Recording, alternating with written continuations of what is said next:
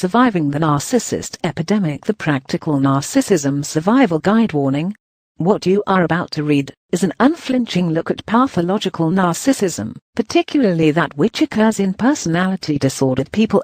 This book was created specifically for people who are suffering, or have suffered narcissistic torture and abuse, and to help others learn to recognize narcissists in their lives before they become victims. It is not recommended that you show this book to personality disordered loved ones.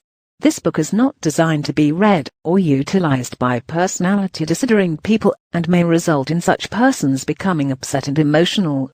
Please keep it in a safe place. Introduction: there is a silent epidemic happening right under our noses. The epidemic of narcissistic abuse. People are experiencing it in their homes and in their workplace. They may not understand what is happening. They may feel they are going crazy. Even if they could prove the abuse they are suffering, they fear they will not be believed, and their lives are being ruined. By learning to recognize narcissistic abuse, we can stop it from happening to ourselves, our loved ones, and our co-workers. Narcissists look like everyone else. They may be good-looking, and may seem charming, glib and friendly. They are not. Beneath their false exterior, a monster is waiting. Narcissists are childish, manipulative and cruel. They believe they are entitled to whatever they want, whether they have earned it or not, and they will do whatever it takes to get it. If they don't get it, they will react with rage or cold, silent hatred. They will spread lies about you to your family, friends, co-workers, even your children. They will tell people you are crazy, that you are abusive, that you are manipulative, that you are a liar, that you are sexually promiscuous, anything to destroy your reputation. They will try to get you fired, arrested, ostracized, and disowned. The purpose of these narcissistic lies is literally to destroy you, and anything good that you have. Anyone can become the target of a narcissist, if they possess things the narcissist envies. This could be material things, talents, friends, a family. Narcissists cannot stand to see other people happy, and will work hard to ruin it, even if the person they are ruining is their parent, child, sibling, friend, or spouse. They will use projection and other crazy-making behaviors to cloud the truth to the point that the victim can no longer even remember what it is. If a loved one or co-worker constantly blames you for things that are in no way your fault, if they deny guilt, even when caught red-handed, if they change their stance or opinion on something just to oppose yours, if you are constantly off balance, because one day something is okay, but the next day it isn't, to the point that you can never do anything right, if they are constantly accusing you of saying, feeling and doing things that you don't, if you feel like nothing is ever good enough for them, if they lie about you to other people, if they expect you to set yourself on fire just to keep them warm, you are dealing with a narcissist. Once you understand that, things can change. There is help. You can learn from this very book what to do to stop it. There are millions suffering in silence because they don't know what they are dealing with or how to get out of it. So many victims of horrible abuse are being told the problem is them. What narcissists fear most is being exposed for the abusers and liars they really are. They depend on the fact that their abuse is so outrageous, people will not believe the victim. Shine a light on their darkness, and share the knowledge with everyone you know. Spread the awareness. Stop the smear campaign. What is a narcissist? What's a narcissist? Do you think you know any right now? The word narcissist is used so often, its meaning has become a bit watered down.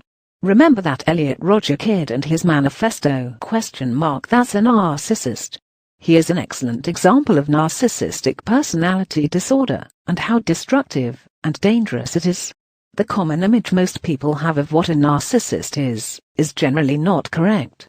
Most people envision an arrogant, suave man or a selfish, image-obsessed woman.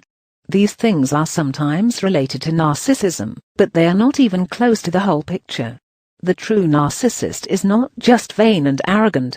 They are so much worse than that. Narcissists will go to whatever lengths they have to in order to get what they want, and so often, as we see with Elliot Rodger, what they want is revenge. They are hungry, childish, vengeful and dangerous personalities who want to punish others. They believe they have been wronged, and they react with rage when the world does not give them what they want. They take pleasure in hurting people, especially those who care about them. The goal of the narcissist is literally to destroy, especially someone they think cares about them. It is very fortunate this person never found a girlfriend. He probably wouldn't have killed her, so long as she did not leave him, but her entire existence would have been absolutely miserable. Abuse is integral in the relationship with a narcissist. It is all they know, and the only way they can feel better. The narcissist cares not at all for their partner as a person. The partner only matters, inasmuch as what they can do for the narcissist. It is very hard for normal caring people to understand this, and because of that, they often hang on to the relationship thinking they can reach the narcissist. They cannot. A narcissist cannot be reached with love, and you cannot appeal to his good graces. He is capable of neither. The narcissist is like a shark, or a machine, that is designed to do only one thing. He cannot be swayed, appealed to, reasoned with, deviated or stopped. Hurting you literally makes him feel better. That's the way it is. You can never make him feel good enough that he will stop. Never. You cannot change him, fix him or love him out of it. The only thing you can do is get out of the way. These people are fundamentally broken, and as soon as the narcissist decides that you can no longer provide him with the sustenance he needs, he will drop you without a second glance.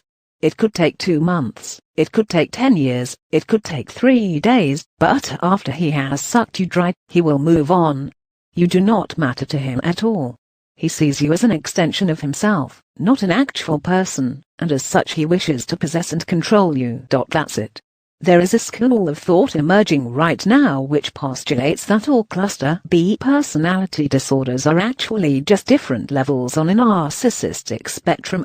This would mean that antisocial personality disorder is simply the extreme end of the narcissistic spectrum. Since these disorders occur together very frequently and since they all contain some element of narcissism, this is a very plausible theory. It also shows us how destructive narcissism in any amount can truly be.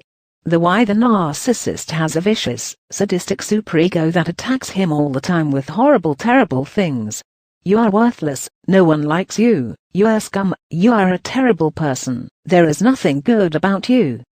They create a false self to hide that, which is why they seem so arrogant, etc.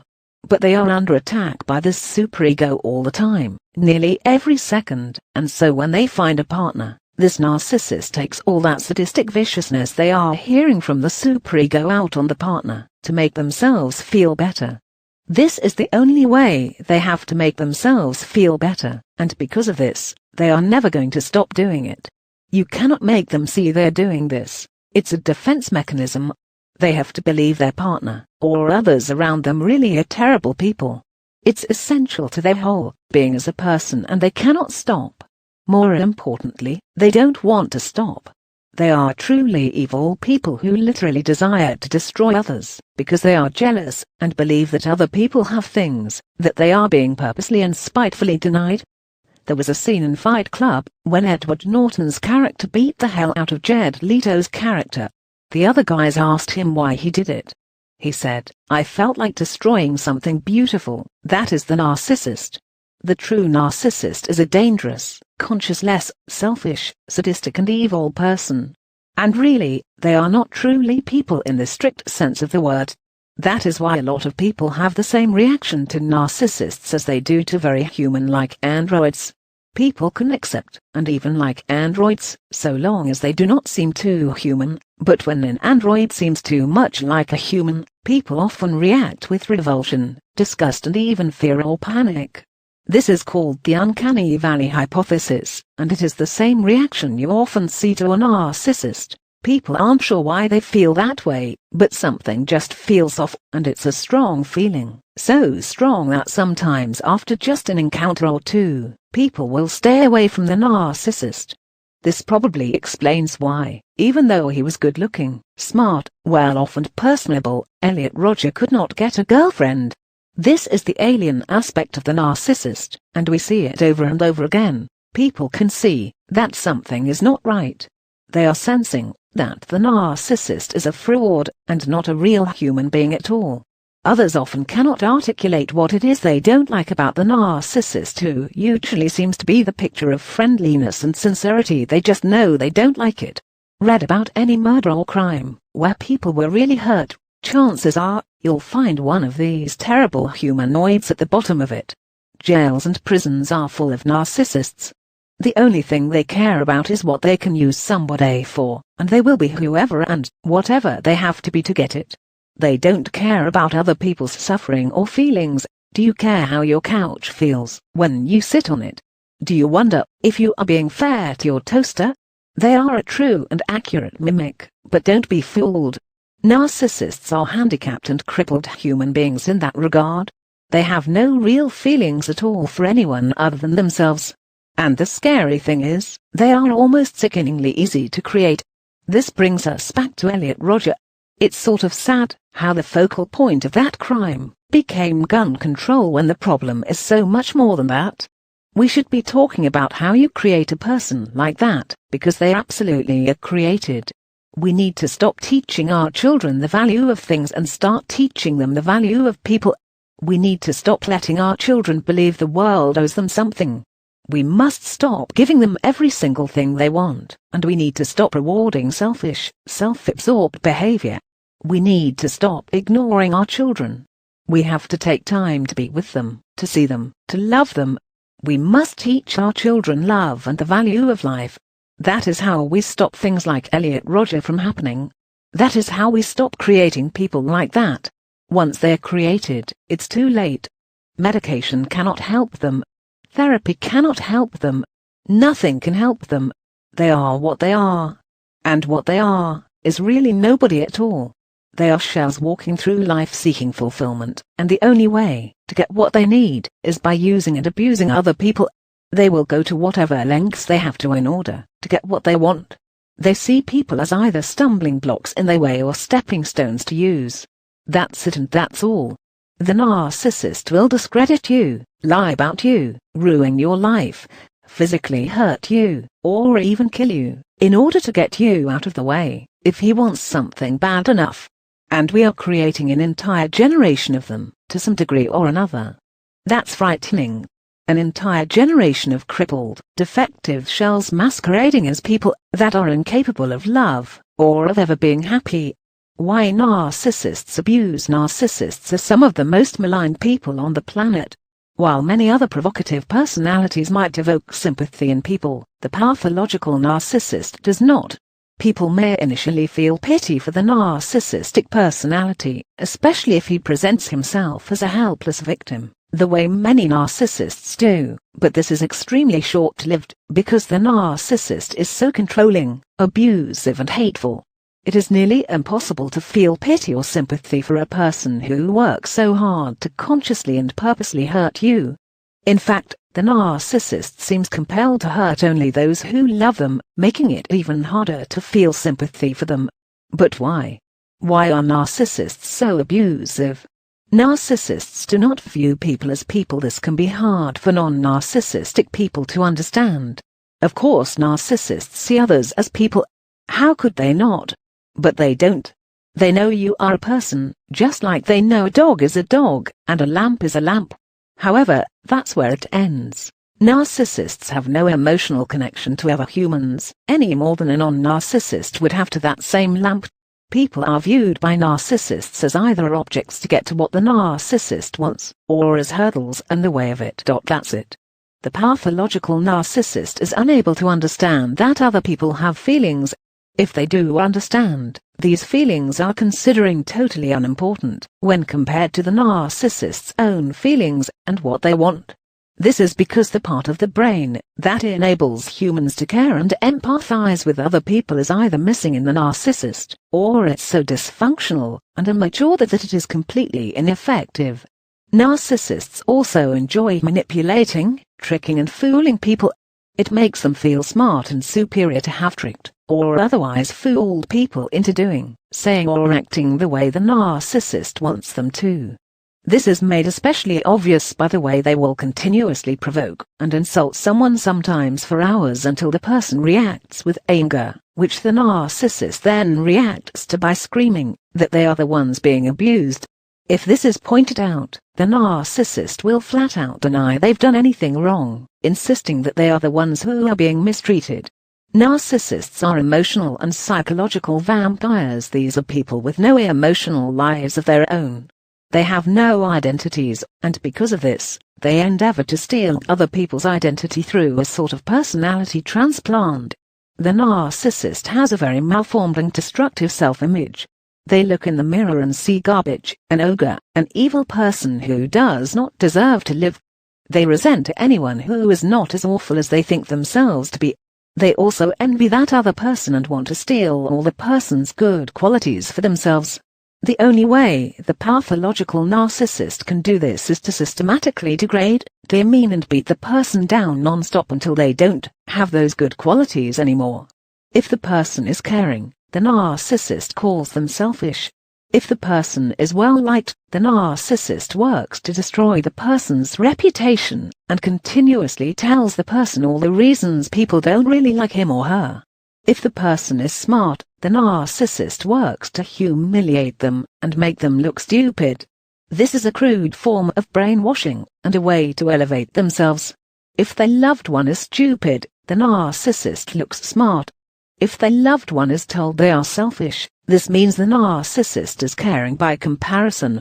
Of course, doing this does not transfer the good qualities to the narcissist as they'd hoped it would, but it is good enough for the narcissist to know that now nobody has the good qualities. In a very real sense, they want to bring everybody down to their level, because they feel desperately inadequate. They are unable to better themselves, so they choose instead to bring everybody else down. Their entire self-image is based on how they compare to other people, and since they always end up falling drastically short of even basic normal standards, the only way to boost their self-image is to drag other people down. The narcissist affects the personality transplant, not just by trying to steal someone's good qualities, but also by forcing that person to carry all of the narcissist's bad qualities.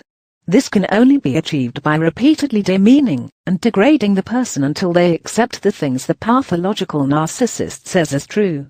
Once the narcissist has forced the victim to accept that the victim is a terrible, broken and evil person, the victim is then deserving of abuse for being terrible, broken and evil. The victim is forced to carry all of the qualities the narcissist hates about himself, and by doing so, the victim becomes the object of the narcissist's hatred. Narcissists are looking to escape punishment themselves. The narcissistic personality is being assaulted and degraded to by himself. The pathological narcissist possesses a dysfunctional superego that savages him day and night with awful, terrible things about himself. He gets no rest from it.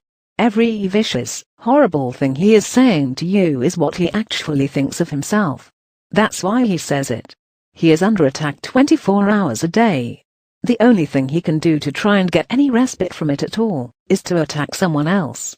These things aren't really true about him, they're true about you. You are the bad one, the evil one, the broken one, the human garbage. It is obviously true, because he said so. Narcissistic personality disorder is, underneath it all, a set of malfunctioning defense mechanisms. The defense mechanisms that the child pre-narcissist needed to protect him from more damage have grown into pathological thought processes and behaviors. These defense mechanisms have turned on him, and instead of protecting him, they now assault him non-stop with an endless tirade of how awful he is. At the same time, they prevent him from accepting, or even hearing any criticism or taking any blame at all, ensuring that he will never be able to change. He really does think it's everybody else, and he derives actual pleasure from punishing those he thinks deserve it. This is why the narcissist is abusive. Not only is he looking to simply pass the punishment along, but he believes himself to be so terrible that anyone who loves him must be irretrievably flawed themselves. The narcissist cannot accept any flaws in people who care about him. Flaws render them a terrible, crushing disappointment to him. Since the very act of loving the narcissist convinces the narcissist that the person who loves him is hopelessly flawed. Anyone who loves him is a target for his abuse, just because they love him. Narcissists are unable to change, as we can see. It is imperative that the pathological narcissist abuse his or her loved ones. It is literally interpreted by them as a life or death situation, and they believe they are acting in self-defense by abusing other people. For a narcissist to stop abusing their family members would be tantamount to emotional suicide. It would require the narcissist to admit that their needs are only as important as everybody else's needs, and to do that would be stating the narcissist's needs don't matter at all. It would be the same as being invisible. For a person whose every waking thought centers around how much attention they can get from other people, this is a fate worse than death. Video for this here. 5 things you should know about narcissists. Living with a pathological narcissist in your life is very painful.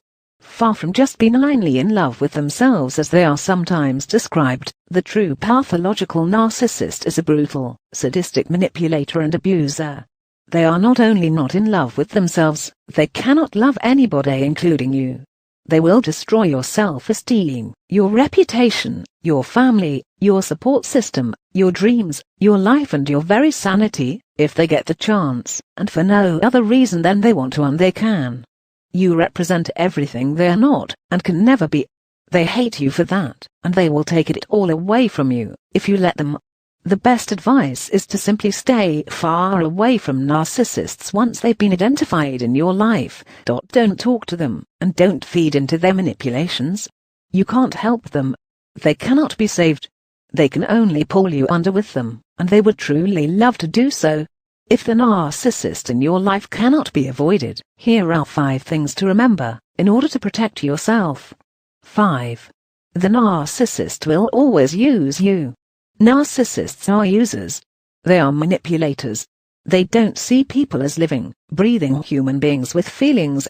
People are viewed as either stepping stones to get what they want, or hurdles to be jumped over on the way to it. That's it. No matter what they tell people, no matter what they say, this is the truth. If we strip away the manipulative words and look only at their actions, we actually see this very clearly. It is who they are, and it can never change. The part of their brain that enables them to care and empathize with other people is either missing, or so dysfunctional, that it is completely ineffective, depending on the childhood trauma that made them a narcissist in the first place. Why do narcissists use people? Narcissists view people as objects, and as extensions of themselves. Because of this, they are unable to see people as separate beings from themselves with their own feelings, needs, wants and opinions. We use our coffee pot. We use our arm. They are objects that serve a purpose in our life and nothing else. We don't worry about whether or not our arm wants to lift a gallon of milk. We don't think about if our coffee pot likes making coffee for us. We just make them do it. This is how the pathological narcissist sees and reacts to other human beings. Other people have things they want, and they want to absorb these qualities into themselves somehow, to make up for what they are lacking. They will continue to use you for as long as they think you have something they want. They enjoy manipulating others, and they get excitement and pleasure from tricking or getting over on other people. It makes them feel smart and superior. This cannot be changed, and it is very important that everyone dealing with a narcissist understand this. It's very tempting to view them as helpless, wounded children who need healing, especially the ones who present themselves this way. But narcissists are not children, and they cannot be helped, fixed or healed. It is too late for them. It's very sad, but the damage has been done. They are what they are, and this cannot be changed. This cannot be changed. The narcissist cannot be forced to see other people as human beings. It is a waste of time to try to get through to them, or get them to see it. They are incapable of doing so. 4. The relationship with the narcissist will never be equal. This can be a hard one for people to accept. Most of us are raised to believe in equality and equal treatment for everybody, so when we run into someone who doesn't feel this way, it just does not compute. When dealing with a pathological narcissist, however, it is necessary to get this clear right away. The relationship with a narcissist can never be equal. They don't want it that way. They don't want an equal relationship at all. They want to be first. They need to be first, and they will do whatever they have to do to ensure that they are the most important, the only one who matters. Any attempts the other person makes at independence and equal treatment are viewed as extreme threats by the narcissist, and are reacted to as such. The person is attacked for daring to have feelings, and for daring to think these feelings matter. The pathological narcissist cannot understand that other people have feelings, and does not care anyway. All that matters to them is themselves. This may sound trite to some people, or cliché. We all know selfish people. Pathological narcissism is far more than just selfishness, though, and anyone who has lived with a narcissist knows exactly how terribly abusive, how horribly painful, and how destructive this kind of relationship is. A person suffering from narcissistic personality disorder can only be happy when they have crushed the other person beneath their feet. It is the only thing that makes them feel better about themselves. If they cannot control, dominate and crush the other person down, they will never stop trying, and what results is an endless power struggle with the narcissist continuously accusing the other person of attempting to control, manipulate, oppress and subjugate them. In reality it is the narcissist who is doing these things, but they accuse the other person of it, because unless the narcissist is the only thing that matters, they don't feel they matter at all. They cannot bear to be invisible, and this is how they feel when they are forced to acknowledge other people's feelings, accomplishments or good qualities. When dealing with a narcissist, it is imperative to always remember, they can only feel like a person by making other people feel like less than they are. They only feel validated when they can control and dominate others. This can never be any different. They will never see other people as equal. To do so would be the same as suicide for the narcissist. This is how important it is. 3.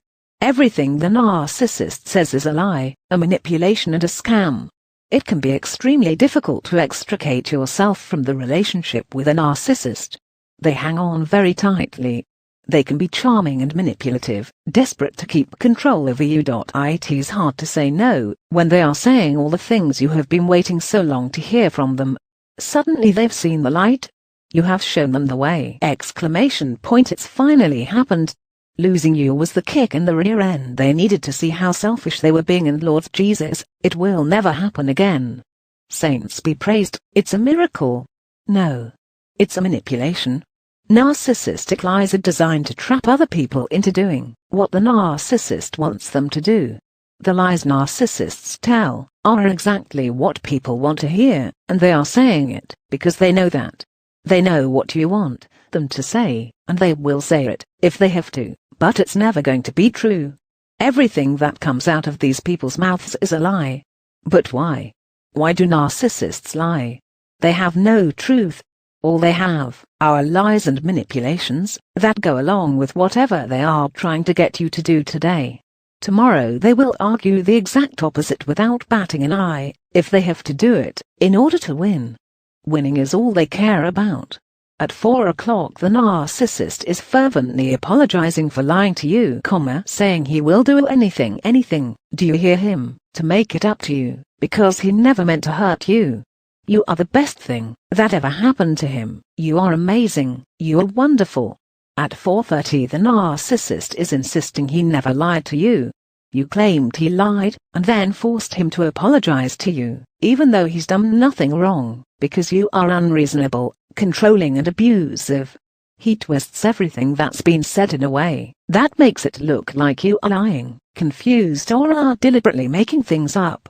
When you continue to insist this isn't true, or point out that he's already admitted to lying and apologized to you, he launches into a screaming, hysterical tirade designed to control the situation by shutting you down and deflecting the consequences of his actions away from him. Look what you are doing to him. Look how you are hurting him. You cruel, evil, vicious abuser. Yes, okay, you think he lied, and yes, okay, you did catch him red-handed in the lie, but look at what you are doing. It doesn't matter what he's done. Nothing warrants this kind of abuse. You are the wrong one. Why the change? He changes his tune because his initial tactic didn't work. You didn't do what he wanted you to do, which was accept his apology and simply forget that he lied with no hard feelings. The fact that it's the 30,000th time he's lied to you about the same thing doesn't matter to him. The fact that he is obviously not actually sorry doesn't matter to him either. He's apologized, and you need to accept it. If you don't, you are abusing him. He will continue to change his tactic until something does work. Apologizing didn't work, so now he changes to denial. He didn't really lie, you just think he did, because you are stupid, crazy, unreasonable, controlling, etc. If this particular strategy doesn't work, he will change from attacking you to claiming you are attacking him. You are only saying he lied because you hate him so much. He can't do anything right or make you happy because you are cruel and abusive. When this tactic doesn't work, he reacts with a meltdown designed to guilt or frighten you into doing what he wants. This might entail violence either toward himself or you, screaming, crying, or any combination of emotional dysregulation. Here is where something interesting often happens. If the final meltdown does not work, if you stand there and watch his hysterics stone-faced without backing down, he will calm down and start back at the beginning again and apologize. In fact, if the argument continues long enough, you will see him go through the same cycle of manipulation tactics over and over again. It is all he knows how to do. He can't take responsibility for what he's done, he cannot understand or care that he hurt you, and he cannot see that he's done anything wrong. All he can do is try to control you by either telling you what he thinks you want to hear or using guilt, violence and hysteria to bulldoze you into what he wants. None of it is genuine, except for possibly the anger you see. Everything these people say is a lie designed to manipulate, control and force you to do what they want you to do. However far he has to escalate it, whatever he has to do to control the situation and make you do what he wants you to do, that's how far it will go. 2. The narcissist will never change or stop abusing you. Narcissists have a brutal superego that assaults them with horrible things 24 hours a day. Lashing out at other people is the only way they know to try and find peace from it. It doesn't work, but they have no other coping mechanism. They simply spread the misery around, hoping to take some of the punishment off of themselves. At the core of their personalities, narcissists believe they are bad. They believe they are weak, unlovable and broken. It is because of this that they treat the people who love them so badly. The very fact that the other person loves the narcissist must mean there is something wrong with that person. Because of this, the person is seen as irretrievably flawed and stupid, therefore deserving of the narcissist's abuse. This is the nature of the relationship with a narcissist. It can literally never be anything but abuse. The other person only exists to make the narcissist feel better. In fact, the narcissist is hoping to effect a sort of personality transplant or swap with the other person. The other person is everything the narcissist feels he is not. Caring, smart, charismatic, well-liked, competent, powerful, exciting, whatever. The narcissist wants to absorb those good qualities into himself and force the other person to carry all of his bad ones. He needs to control and dominate the other person in order to strip them of their coveted good qualities and take them into himself. He needs to abuse and reduce the person in order to force them to carry his bad qualities and relieve him of them. He is a weak person who cannot carry them himself, and the image he projects of himself is nothing but lies. That is another reason he is abusive. If he convinces the other person that they are bad, or convinces other people that the person is bad, that makes him good.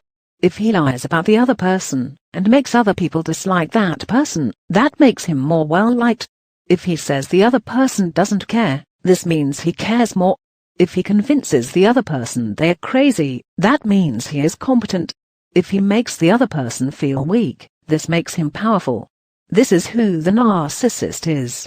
This is why narcissists abuse. He projects all of his bad qualities onto other people, and when he is called out for doing these things, he simply says, "No, that's what you are doing. You must be the narcissist." This results in a never-ending cycle of the narcissistic simply deflecting every single thing he is doing wrong onto the other person, while never actually acknowledging or taking responsibility for any of it. He will never face reality. He can't. Narcissists are like the living embodiment of that old saying, "I'm rubber, you're glue. Whatever you say bounces off me and sticks to you." Except they actually mean it. They live it. Perhaps most importantly, the pathological narcissist enjoys hurting other people. Narcissistic abuse is like food to them, literally. They love it because they hate themselves and they hate you. They get something out of hurting those who love them. They can't get it from just anybody. It has to be someone who cares about them. Hurting strangers just isn't personal enough to give them that feeling that fixes them even for just a second, and because of this, they are addicted to it. In fact, many times it is apparent how much they are enjoying themselves just by looking at them.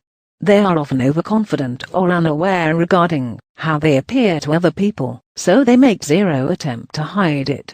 If anyone reading this is waiting for the narcissist in their life to see the light or have that epiphany, give up now. It is literally essential to his well-being that he abuse, dominate and control others. He can never learn, he can never change, and he will never stop. To stop abusing the other person would mean admitting that the person doesn't deserve the abuse, and that's never going to happen. The other person now carries all of the narcissist's bad qualities, and the narcissist absolutely despises these things. The other person is also seen as possessing good qualities the narcissist dearly wants, and thinks he deserves, but cannot have, because the person cruelly refuses to give them. This is seen as very unfair, even abusive. The way the narcissist views it, he is striking back in self-defense, because by not being given what he wants, he is being terribly, terribly mistreated. The pathological narcissist believes that a person who is that despicable, that abusive, that unjustly punitive and withholding toward him deserves all the abuse the narcissist can give them. And they will get it. 1. The narcissist cannot love you. If we've not made this apparent thus far, it needs to be apparent right now. If anyone reading this is asking themselves, can narcissists love other people? The answer is no. The narcissist does not love you. You don't even love the narcissist, because the person you fell in love with, or want to love, if the narcissistic personality in your life is a parent, friend, or sibling, does not exist. The person you fell in love with was a mask. It was a reflection of what you wanted, and what you are. You essentially fell in love with yourself, because the narcissist was only reflecting your own wants and good qualities back to you, in order to snare you. The real person is what is described here.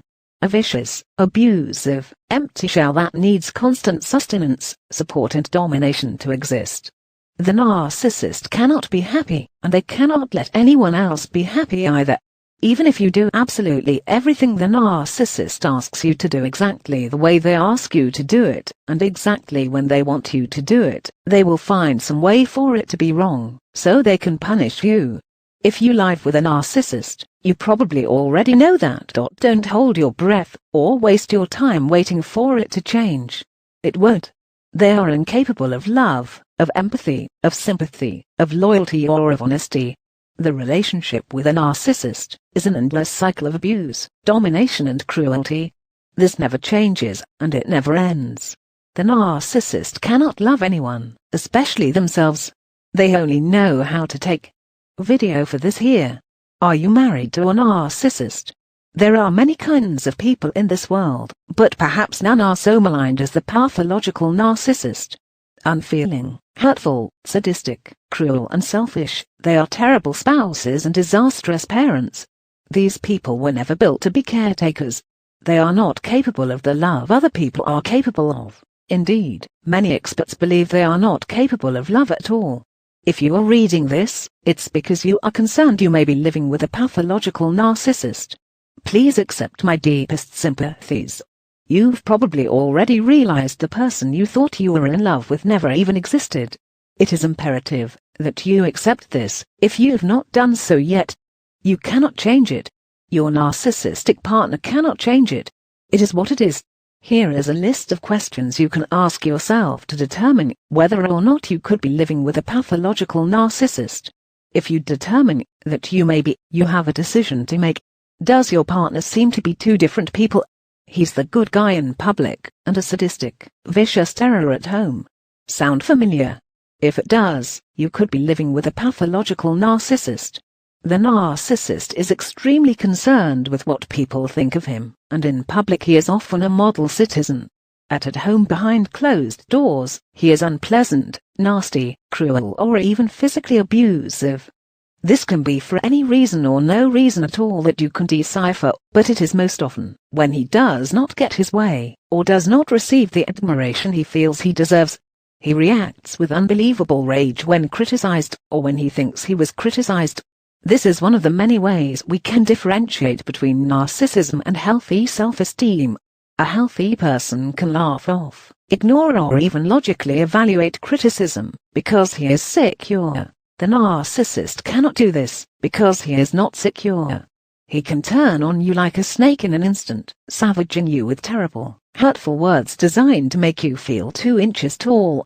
His anger is explosive, and often way out of proportion to what has happened. Nobody else sees this side of him, but you and your children. The side everybody else sees is the side you fell in love with. Unfortunately, you now know it's not who he really is. There is another type of narcissist.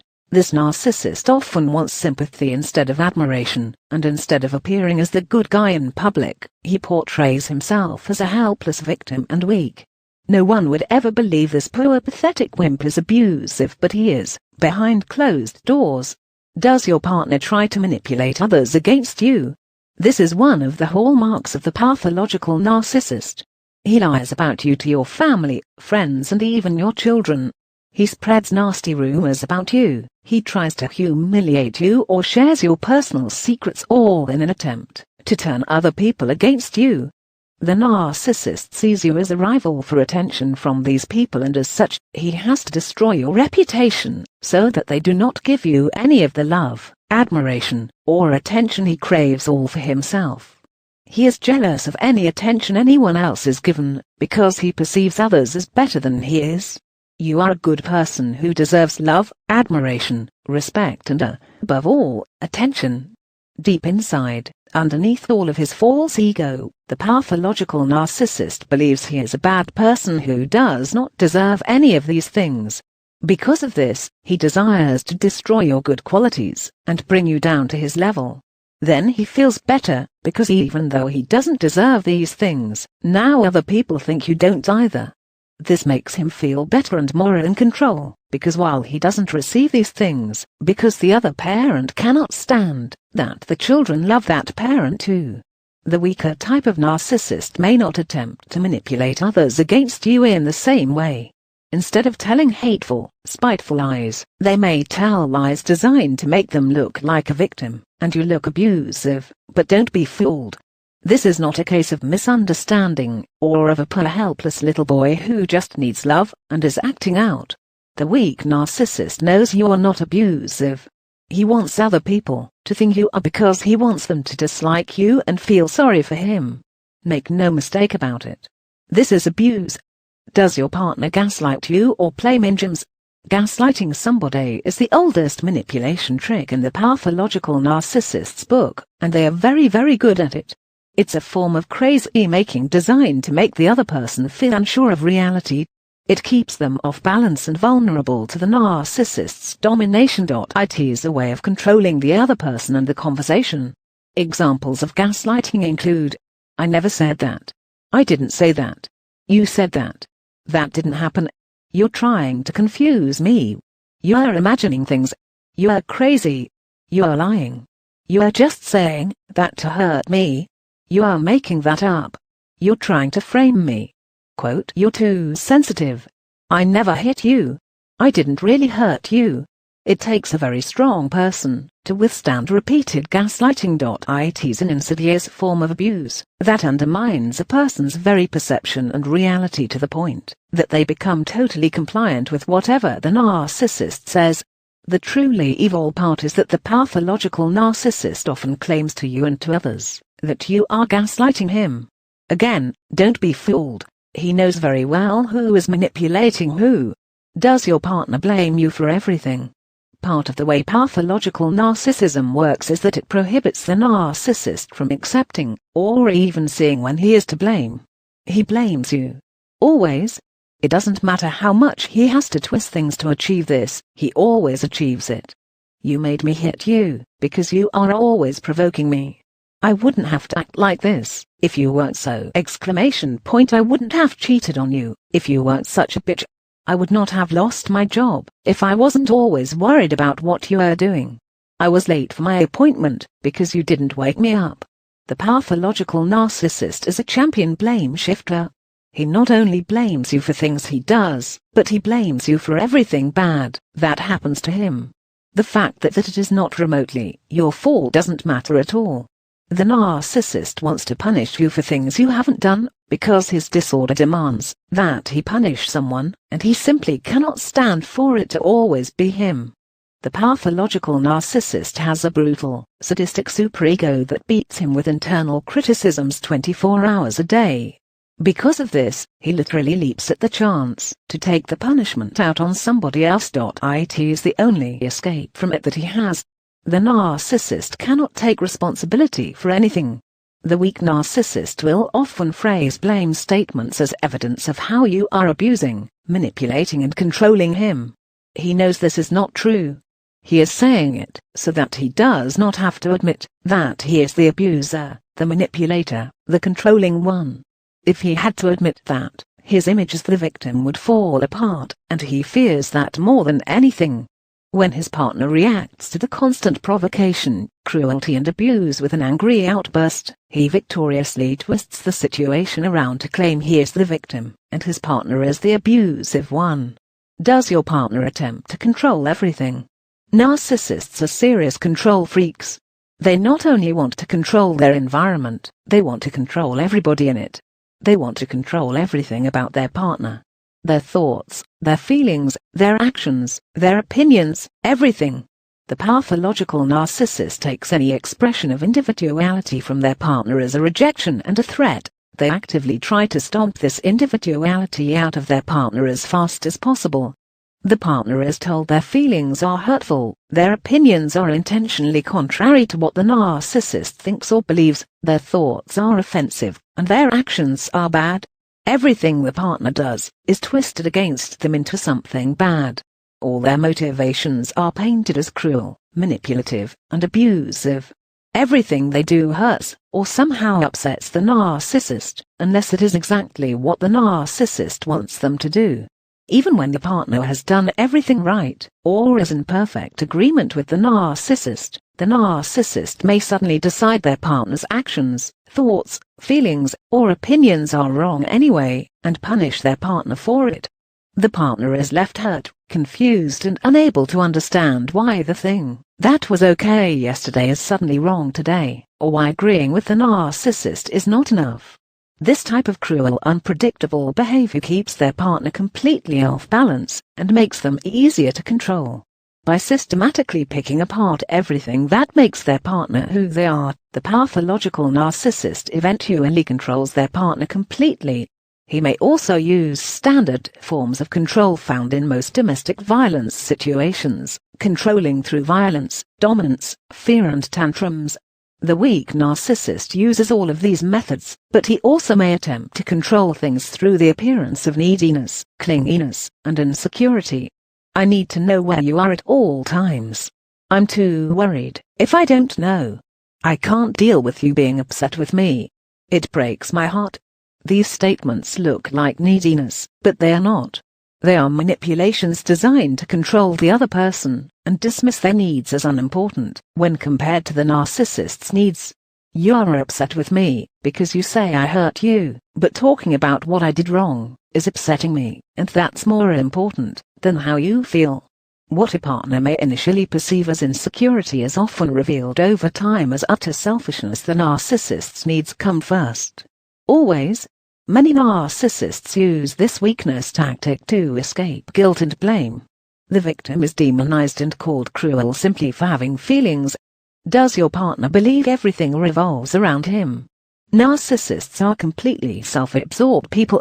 They are selfish to the point of almost seeming inhuman. They cannot stand for the subject to divert from them, even for a second. They will either attempt to direct the subject back to themselves or they will simply tune out. The narcissist can offer no comfort, no sympathy and no shoulder to cry on. Any attempts to force them to talk about your problems results in either the narcissist trumping your problems with their own, and making the conversation all about them, or with accusations that you only care about yourself. Similarly, any anger or unpleasant feelings you have toward the narcissist are rejected as only existing to hurt them. Narcissists do not appreciate your feelings as actual feelings. They can only see their partner's feelings as existing simply to affect them. It is like the entire world is a movie, and he is the star. His boss calling a meeting to address problems with the team is really only talking about him. The landlord who insists on timely payment is only insisting because he doesn't like the narcissist. Everything that happens is connected to them somehow. That's why they believe everything you do is intended to affect them, in either a good or bad way. Pathological narcissists do not see their partners as individuals at all. They see them only as external extensions of themselves. In fact, they see everything and everybody like that. This is why narcissists perceive everything as directly related to them. To them, it is their world literally. We are just living in it. Does your partner feel he is entitled to whatever he wants? Narcissists believe they should have whatever they want, regardless of whether they actually deserve it or not. They want unconditional love, admiration, respect. It doesn't matter that they are incapable of giving these things to other people. They want them all, and, quite frankly, for their every wish, want, desire, and whim to be granted. Now, if people do not acquiesce to this demand immediately, they are painted as abusive and unloving. In the mind of the pathological narcissist, want and need are inextricably confused, leaving the narcissist with the feeling that he is being rejected and denied necessary sustenance, even over small things that should not be important.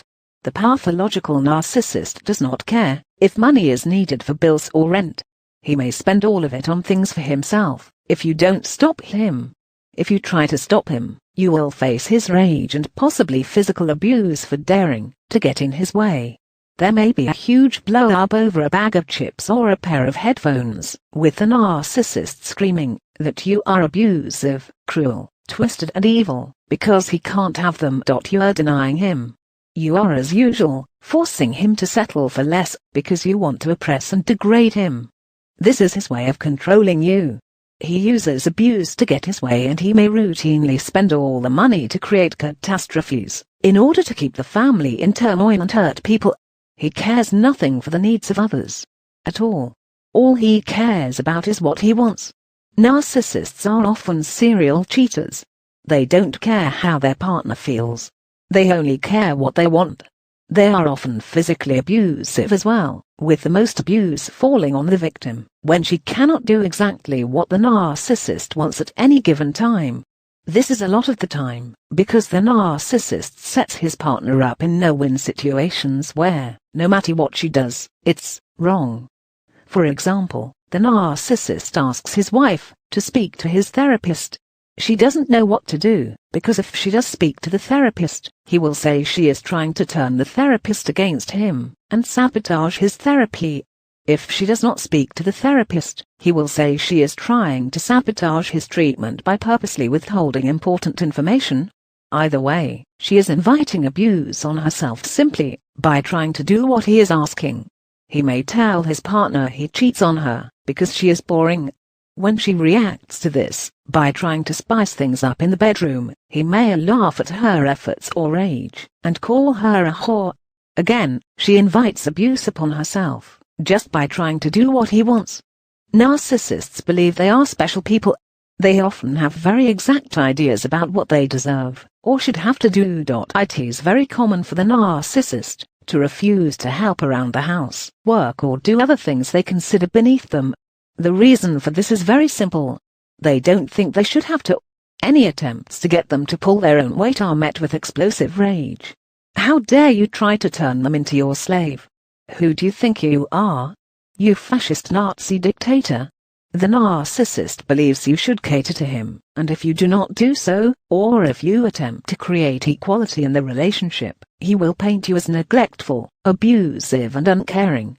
If the narcissist cannot have more than others, he feels that he is being horribly and maliciously slighted.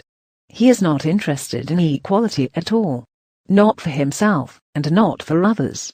The narcissist is only interested in crushing others beneath his feet, and whatever else can fill the emptiness that is inside of him. Does your partner seem to actually like hurting you and ruining things for you?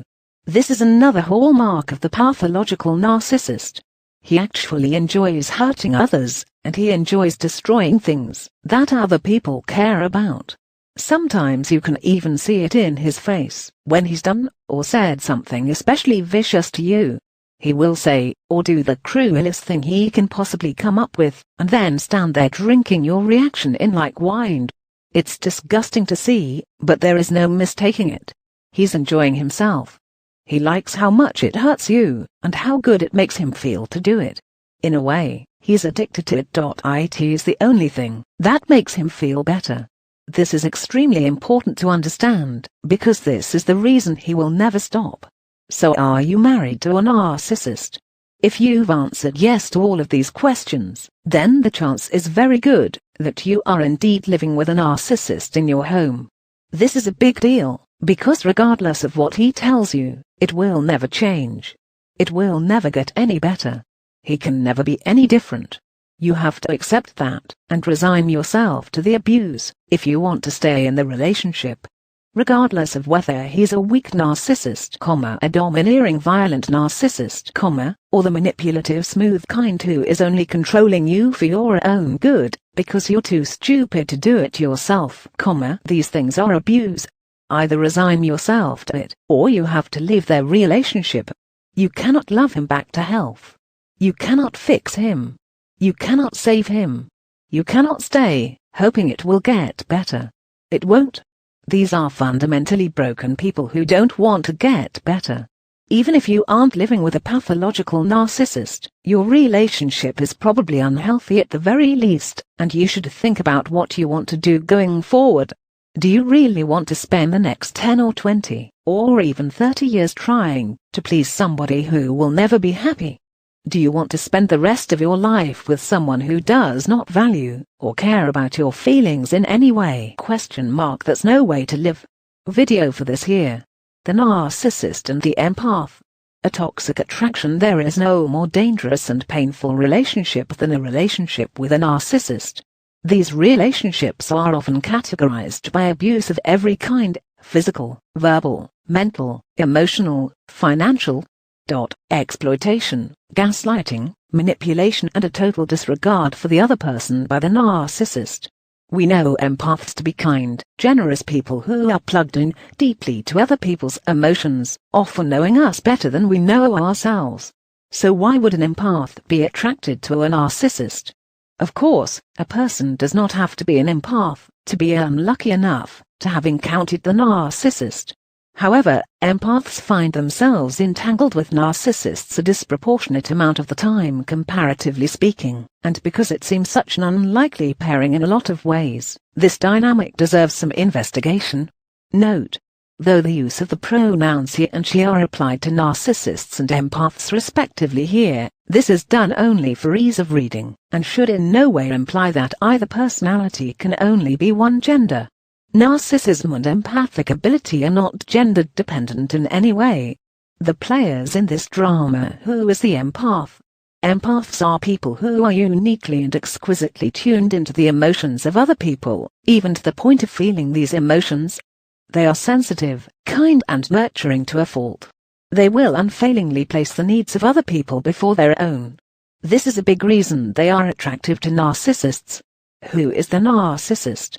Narcissists are selfish, emotionally and morally bankrupt individuals who are unable to feel empathy for others in any true or meaningful way. They do not consider other people's feelings at all. Indeed, they don't even realize other people have feelings in the same way that they themselves do. It doesn't seem to make sense that two such people would be even remotely attracted to each other. let alone form what can seem to be an unbreakable, almost fatal attraction type of bond, but it happens infrequently. How, though? The attraction at first glance, it's easy to see why the narcissist is attracted to the empath. Empaths are everything the narcissist is not. Kind, caring, emotionally aware, supportive, in control, able to have relationships and make friends. True to his nature, the narcissist covets things he does not have, and he endeavors to take them from anyone who does have them. The empath gives freely of herself, making herself a glowing beacon for the narcissist. It is like waving a red flag in front of a bull. He senses an emotional source he can leech off of nearly indefinitely, like a battery that never dies. He can take, and take and take, and in return she will give and give and give. This is the nature of the relationship between the two, and it will never change. But why is she attracted to him? In the beginning, the powerful vibe the narcissist gives off will resonate very deeply within the empath. It catches her attention, and she is drawn to him as magnetically as he is drawn to her because of it. His presence is often very emotionally intense, and most empaths are attracted to that, whether they realize it or not. He may also be hard to read emotionally, and, since reading other people's emotional states is often very easy for the empath to do, she may be drawn to him in spite of herself in an attempt to figure him out. Who is this guy? What's going on with him? What's he about? In short order, he will reveal his lifetime of abuse along with a carefully crafted commercial pitch showcasing how wonderful he is, and how wonderful she is, even though he just met her, and she will be effectively snared, because she does not realize at first, that the intense emotionality she is reading from him has nothing to do with her. It is all for himself. It would seem unlikely that the empath would fall for this, considering that she is very in tune with others' emotions and their true selves. Can't she see what he really is? The answer is yes, she can. Most empaths sense something wrong about the narcissist very quickly, sometimes during the first conversation. But she can also see something else, and it overrides everything else. How wounded and broken he is inside, beneath all the lies and abuse he needs. It's not an act on his part, or a mistake on the empath's part. The narcissist really is fundamentally wounded and broken inside. A large number of narcissists are skilled at appearing helpless and lost. That's because in many ways, they truly are. Her mistake is not in reading him wrong. Her mistake is in thinking she can help him. This is the attraction. She wants to help him. It is her fatal blind spot, because the narcissist cannot be helped, and more importantly, he does not want help. Yet even when she can see this clearly, his wounds are clearer. They are evident in everything he does, even in the horrible things. Especially in the horrible things. The why he is adept at making her believe she is the only one who can help him, or that she already has helped him. This is what she wants. It feeds her need to help, and no one is more convincing than the narcissist, when he is showering someone with praise, or pushing their emotional buttons to get a response. She gives him the emotional sustenance he both wants and needs, allowing him to bask in the light of her care and attention all the time. It is a dangerously codependent relationship which revolves around superficially fulfilling the needs of only one person who can be neither satisfied nor happy. The narcissist is like a cup with a hole in the bottom. No matter how much you pour into it, it is never enough. There is an important distinction to make here, however. We say superficially fulfilling, because it is important to remember that the empath's needs are being fulfilled too, even if this does not seem to be the case. She is usually the obvious injured party in the relationship, but she is a willing injured party. She has locked herself in a situation where she can perpetually help someone who will always need her. She has made a career out of taking care of a professional victim who does not want to get better. This may seem like victim blaming to some, but it is only by recognizing this very thing that the empath can empower herself to get away from the narcissist for good. She has to understand that she is choosing to stay, and she can choose to leave. He only has the power over her that she is giving to him. Many narcissists are arrogant overachievers, but most are crippled by their disorder in many ways, unable to function in the world normally in more than a very superficial way. The empath sees an opportunity to take care of someone in perpetuity, and even if she doesn't want to, her caring nature can make her feel that she must. What will he do without her? It doesn't seem fair to abandon him, regardless of how horrible he is, because he is sick, and the sickness is not his fault. It's true that the way his brain works is not his fault. Maybe no one loved him enough when he was a child. Maybe he was abused. Maybe none of it is really the narcissist's fault. However, it is not the empath's fault either. She does not need to be punished forever because of someone else's mistakes. If she stays in the relationship with the narcissist, she will indeed be punished forever. This is the empath's nightmare. Abandoning those who need her when she could have helped. That is the problem with her logic, though. She cannot help him. No one can. The conclusion, since it is unrealistic to expect that the narcissist possesses the insight to be able to recognize his problems, it is up to the empath to recognize the situation and resolve it. The first thing she must realize is that the only way to resolve the situation is to get out of it. That can be a very hard truth to face. No one wants to believe they have wasted years of their life on someone who literally does not care or appreciate it at all. But this is the trap the empath finds herself in, especially when she is dealing with a narcissist who swears this is not the case. Don't be fooled. It is the case, and it will never change. The narcissist cannot and will not change. He is not capable of the type of emotion, empathy and compassion necessary to render him a fair, loving, satisfying partner, and he can never learn. He cannot learn how to be a real person. This ability is learned in the first few years of life. By the time the empath meets the narcissist, it is already far, far too late. He cannot be helped. It is important here too, to remember that all blame is not laid squarely on the narcissist. The empath must take responsibility for her own actions and acknowledge the hard and embarrassing truth that her needs were being fulfilled on some level by the relationship, regardless of how painful or horrible the relationship was. If she cannot do this, she will continue to seek out relationships with other narcissists, and the pattern will not be broken. The problem is not solely with one person, because any relationship, even one with a narcissist, is reciprocal. The empath stayed in the relationship far past the time when she knew the relationship was unhealthy, dangerous, abusive or unfair, and she must take responsibility for that. Only by acknowledging this can she truly break the cycle and be free. Video for this here. Empaths and codependency. Where is the line? We hear a lot about empaths these days. There is an awakening happening in the world, and a lot of people are experiencing things that they don't understand. There is often confusion, especially with things that are similar, but not the same. Empaths and codependents fall into this category. While there are some similarities, they are generally different. Empaths who are unskilled or unable to control their receptivity can become codependents if they are not careful. Here we will examine the differences between the two, and what you can do to heal from codependency. What is an empath? Empaths are people who are literally able to feel the emotions of others. They are the opposite of a narcissist. They are nurturing, caring and sensitive. Empaths who are unaware of their gift might notice that strangers open up to them without solicitation, or that they can always accurately gauge the emotional tone of a room or situation. Empaths are often able to tell right away if someone is sad, or if they are hiding something. In fact, it is not uncommon for empaths to be jokingly referred to as human lie detectors. Empaths are not dependent on the other person or people for emotional sustenance, approval or validation.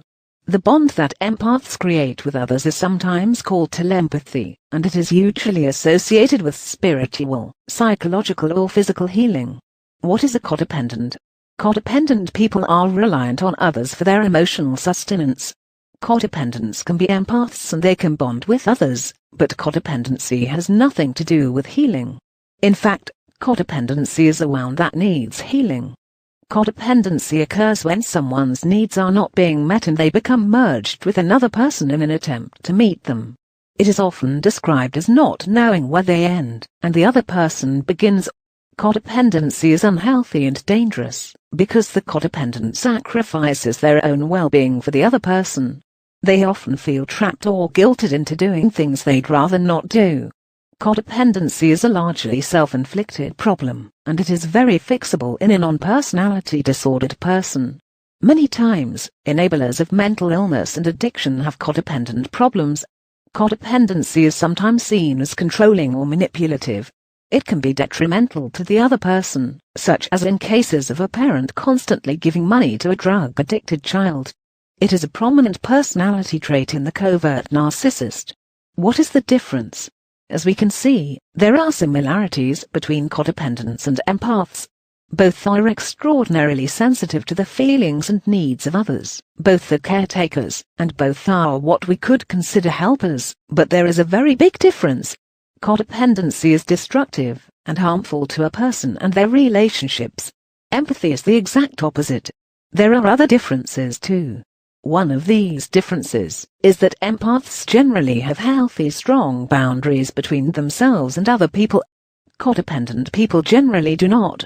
This is what causes the inability to tell where they end and the other person begins.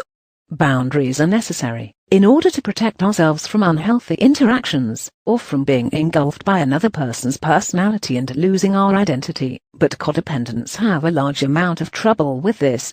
Another difference is in how they respectively process another person's feelings and behavior.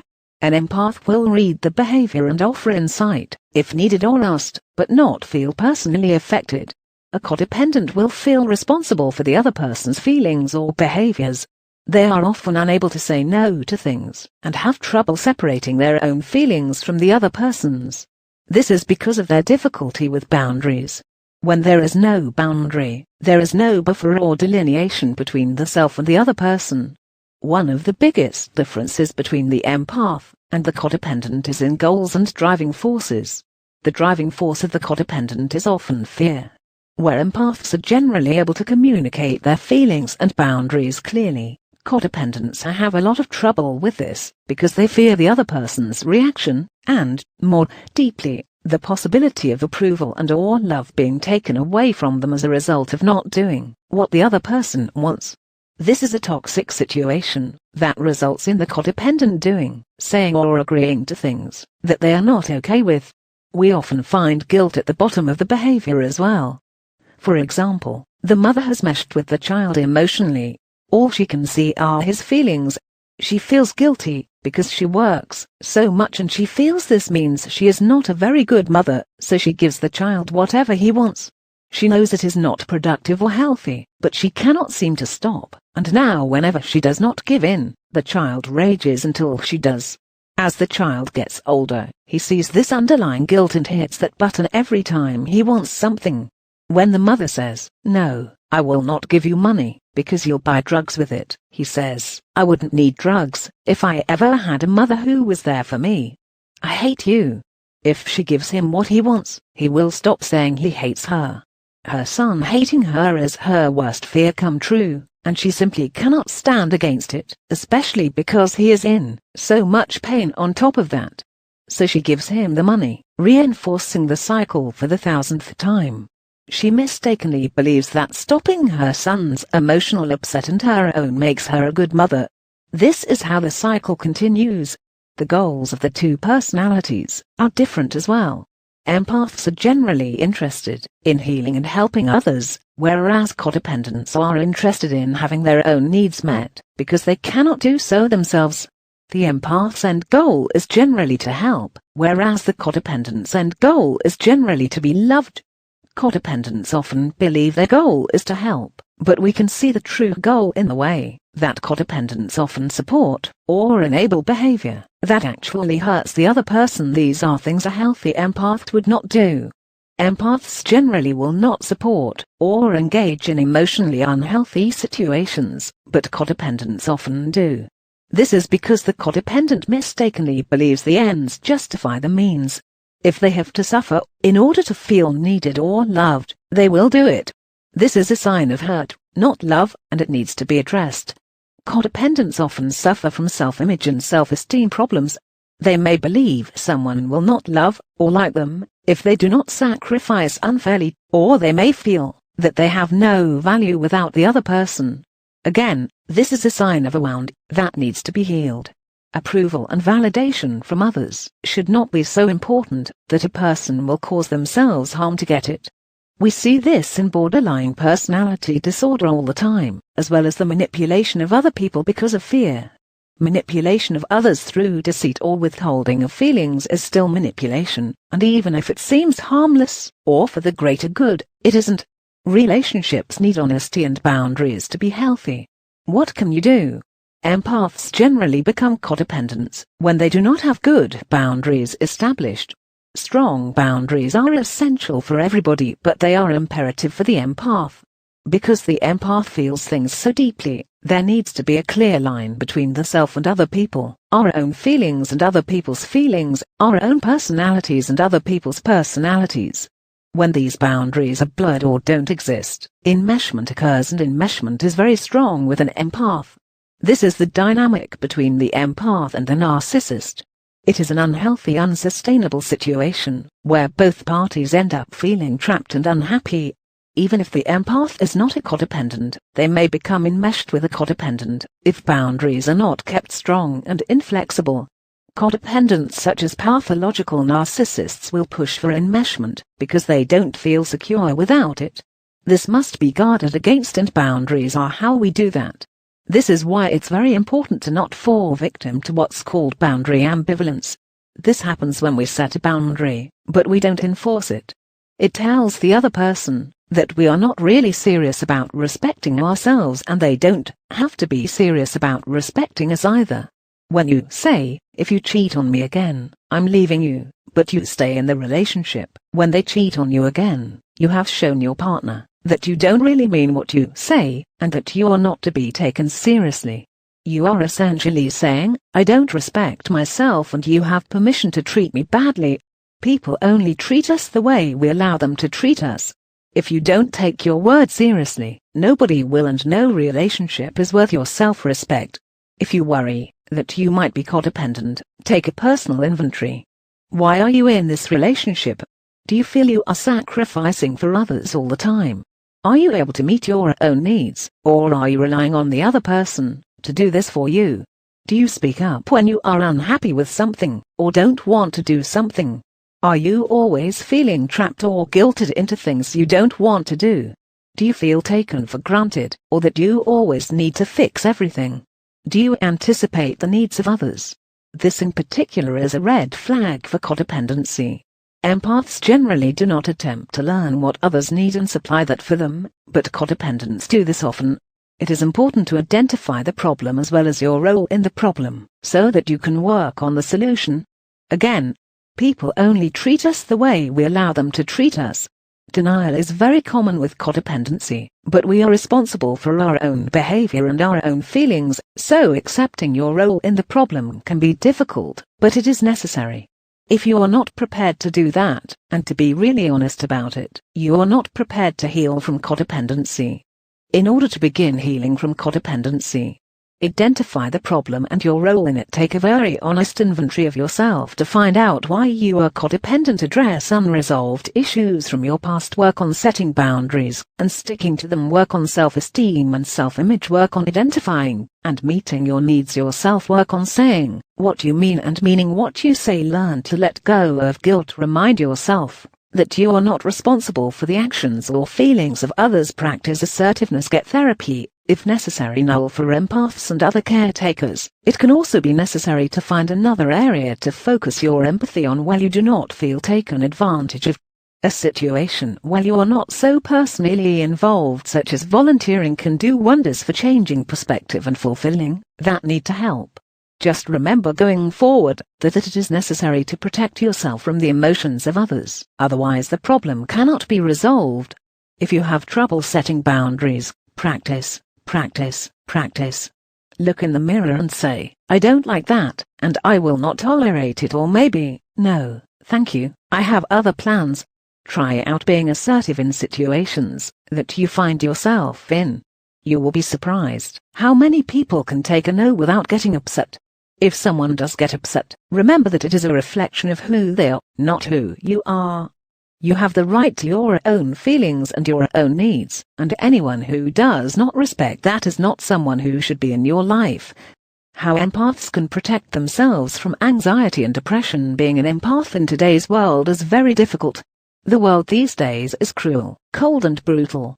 However, it is also beautiful and amazing, and the key is to never lose sight of the good when we feel overwhelmed by the bad. Not everybody is an empath, of course, but we can all use a little protection from the emotional battering of the world in its current incarnation. Pay attention to what your body is telling you. Most modern medicine is about silencing the body. We hear how we have to push through the pain and keep on, even when we are exhausted.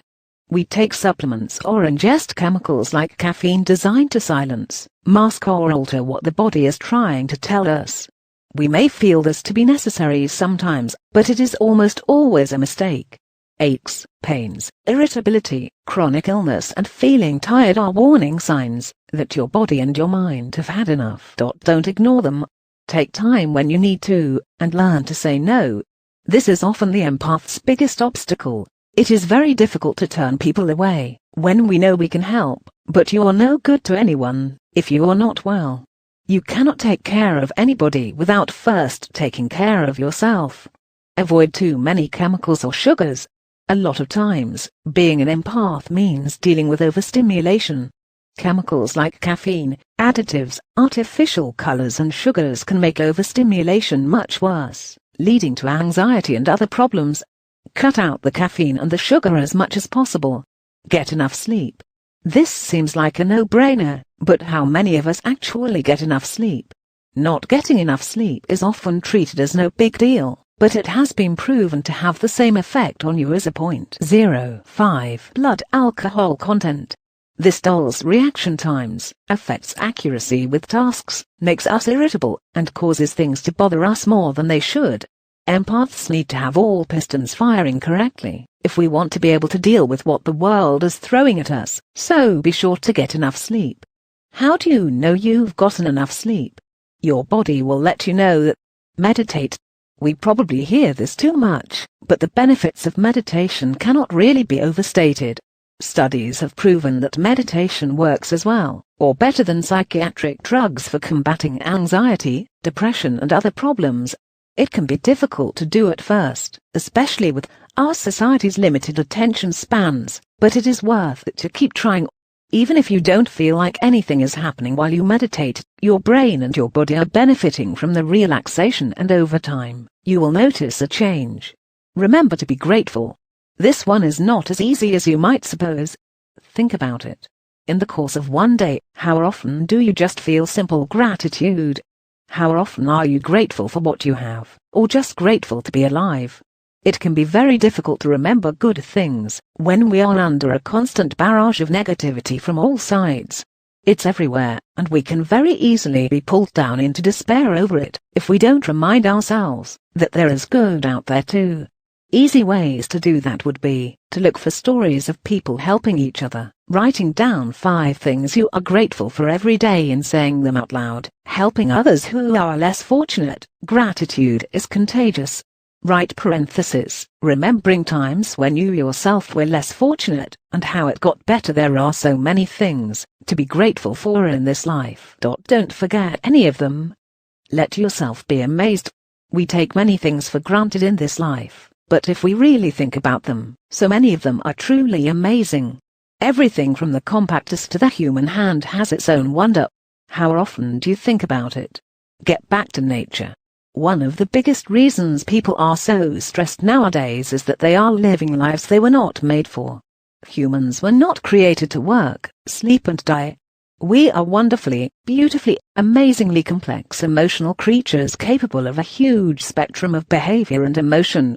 We live very unnatural lives compared to our ancestors, and taking time to reconnect with that is very beneficial for the mind, body and spirit. Put the phone down.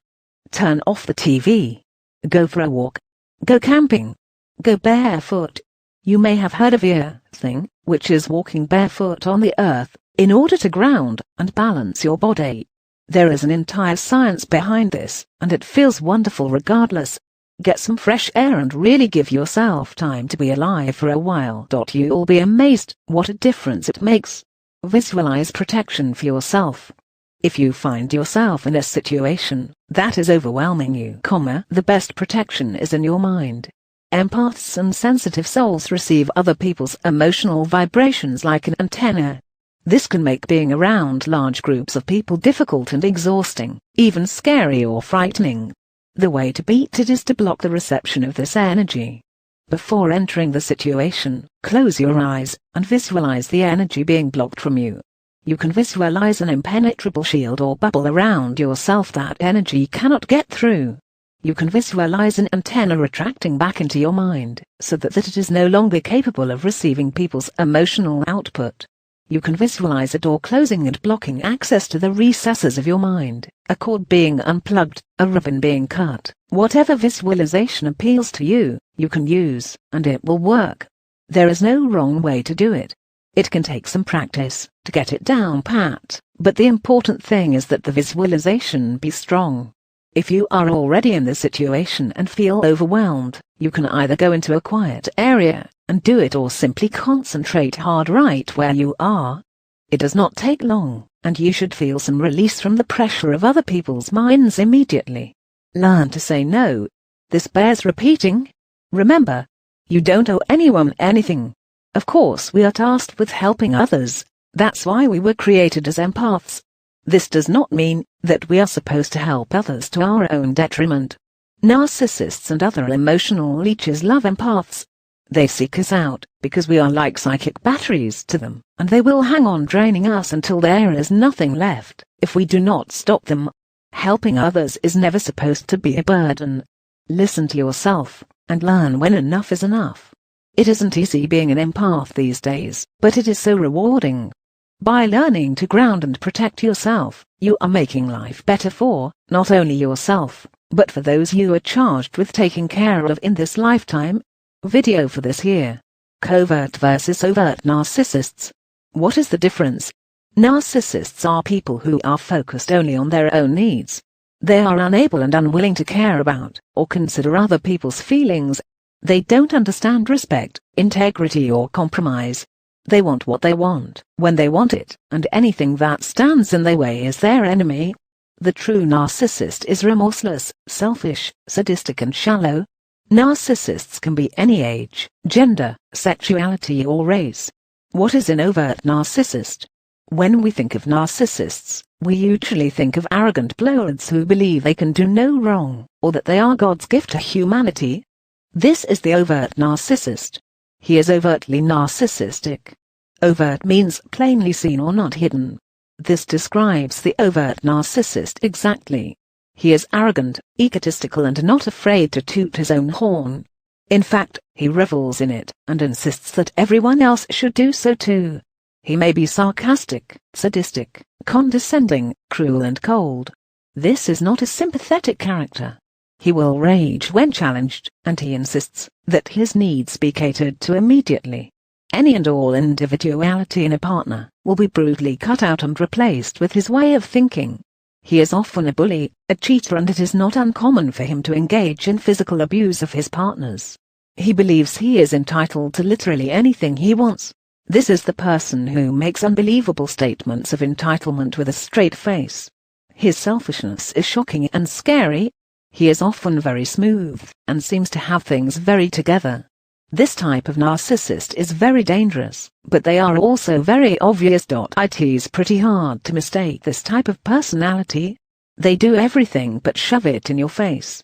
Overt narcissists often perfect a smooth facade to attract partners or friends, but this facade generally crumbles pretty quickly because that huge, poisonous ego demands acknowledged now.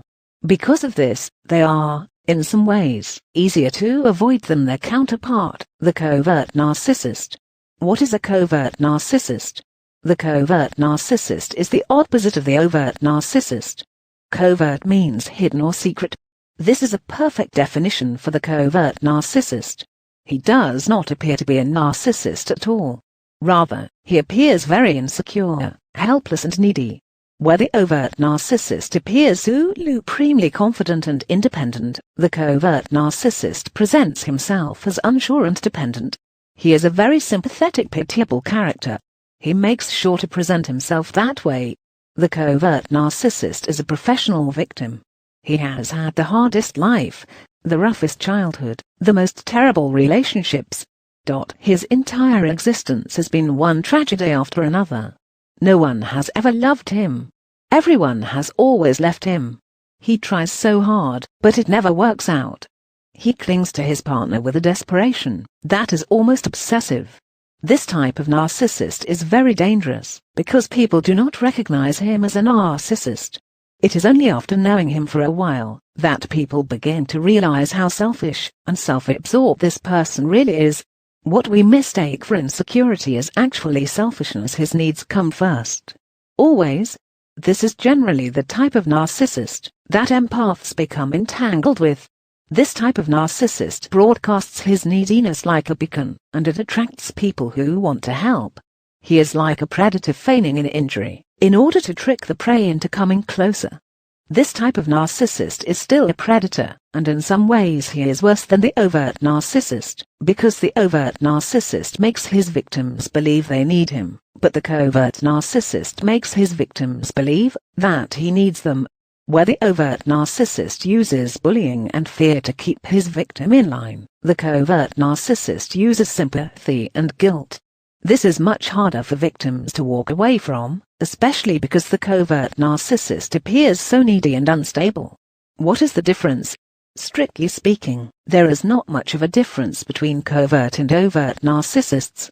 It is mostly a matter of degrees. The covert narcissist attempts to have his needs met differently than the overt narcissist, but his needs are basically the same and have the same importance. The only importance, as far as he is concerned. The covert narcissist may cry hysterically or threaten suicide instead of physically attacking his victim or threatening murder, but they are both sides of the same coin. In this scenario, both people are saying the same thing. Someone is going to die if you don't give me what I want. In extreme emotional situations, both types of narcissists can engage in physical abuse, and both can become hysterical or threaten suicide. This is because both the covert and the overt narcissist are really only facades anyway. This facade can be cast aside, if necessary, to expose the wounded, screaming child underneath, and in both people this core is the same.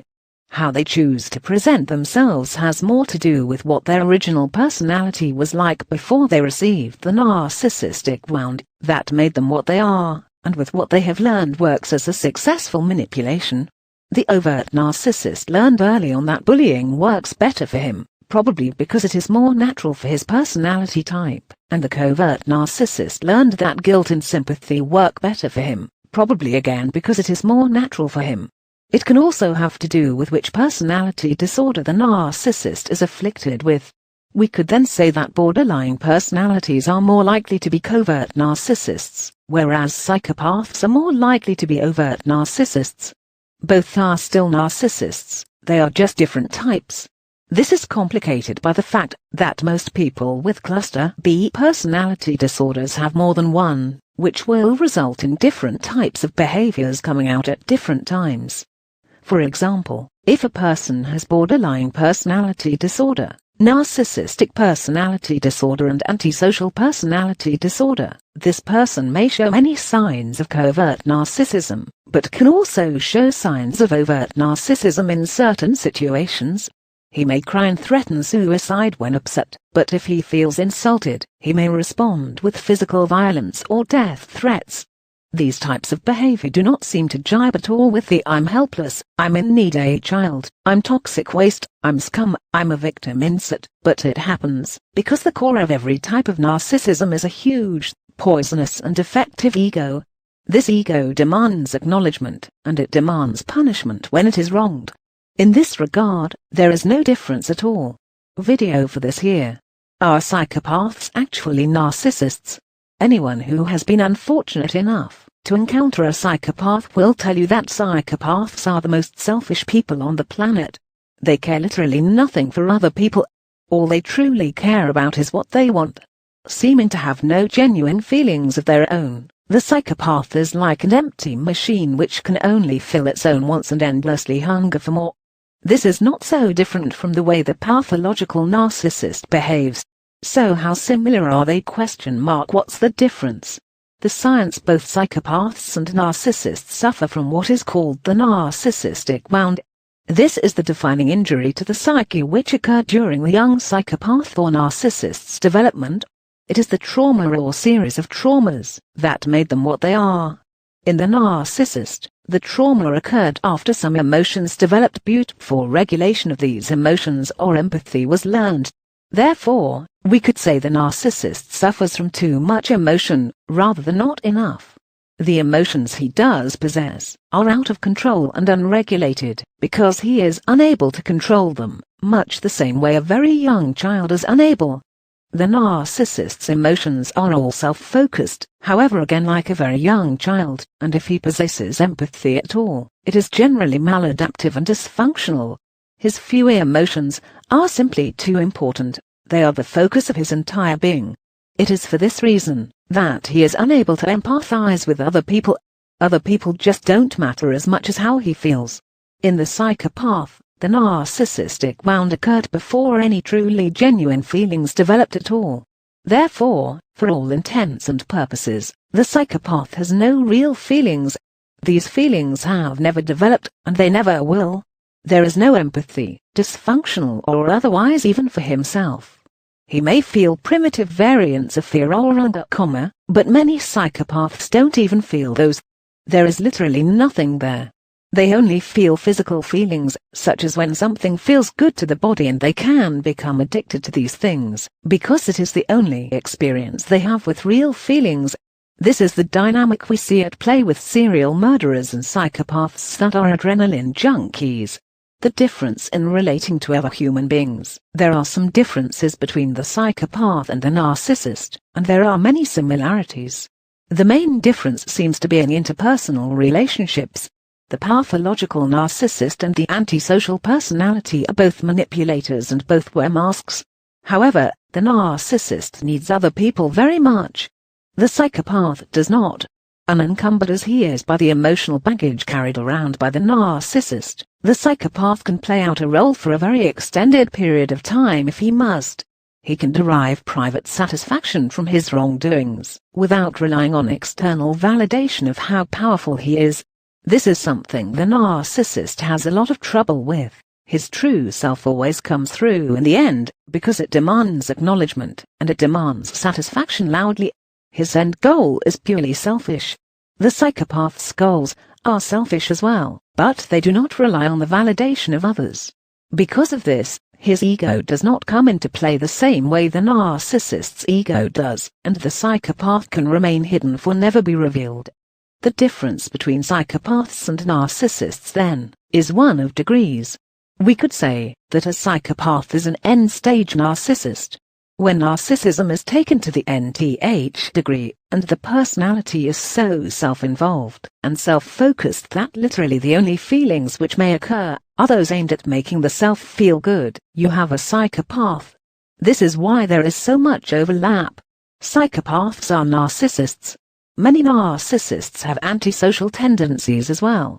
The theory in healthy people, there is a level of narcissism, but it is not pathological. That means that it isn't inflexible. Healthy narcissism does not demand that others worship, revere, admire or give things to the person, just because the person wants these things. Healthy narcissism does not scream that it's being oppressed or abused, just because the person can't have what they want. People with healthy amounts of narcissism do not insist that others go without, so that they can have more. People with healthy amounts of narcissism do not insist that you must set yourself on fire to keep them warm, and that if you won't, you are abusive and uncaring. This graphic shows the whole narcissistic spectrum for human emotion and personality. As we can see, cluster B personality disorders are grouped beneath pathological narcissism. As seen in the above graphic, there is a theory which postulates that all cluster B personality disorders sit on a pathological narcissistic spectrum. Quote, "This is a theory which carries a lot of weight. The cluster B personality disorders are histrionic, borderline, narcissistic and antisocial. If we were to envision the spectrum of malignant narcissism, to start at histrionic personality disorder and end with psychopathy, we can see that there is indeed quite a bit of validity to this theory. Note that this particular spectrum does not encompass all narcissism, as the first one did. This second graphic measures malignant narcissism, or pathological narcissism. All of the cluster B personality disorders express some type of pathological narcissism. The further down on the spectrum someone is placed, the worse the pathological narcissism is, until we arrive at antisocial personality disorder, which is the complete absence of empathy or conscience. Notice that there is not a large gap between narcissistic personality disorder and antisocial personality disorder. This is because there is a great deal of overlap in these. It is interesting to note that most of the cluster B disorder do occur in clusters, that is, they rarely exist on their own. There is almost always another cluster B personality disorder that is comorbid. Many people will be diagnosed with HPD, NPD and BPD. Or they may be diagnosed with BPD, NPD and APD. This is another signal that the narcissistic spectrum theory is right on the money. There is more than one type of psychopath, and another interesting thing to note is that the further down the spectrum a person is placed, the fewer symptoms of the other cluster B personality disorders are present. You wouldn't expect a psychopath to go into the hysterical disease that borderline personality disorder is famous for, and most of them don't. This can probably be attributed to psychopaths having no true emotions. If a psychopath were to have such an emotional outburst, it would serve you well to investigate if it's an act first, before concluding that it's genuine. It probably isn't. Histrionics, borderlines, and narcissists feel cheated, overlooked, and discarded by the rest of the world. The psychopath just doesn't look at things that way. As the quintessential narcissist, it is impossible for the true psychopath to feel anything about or for other people at all. This usually includes anger. The idea that psychopaths are mad at the world is interesting but really a misnomer. They feel nothing for the world or the people in it. The difference between this and the narcissist is that the psychopath generally feels nothing for himself either, whereas the narcissist feels only for himself 95% of the time. Most psychopaths don't fear death, illness or injury. This could be because, as some experts have stated, psychopaths are never even really alive in terms of human existence.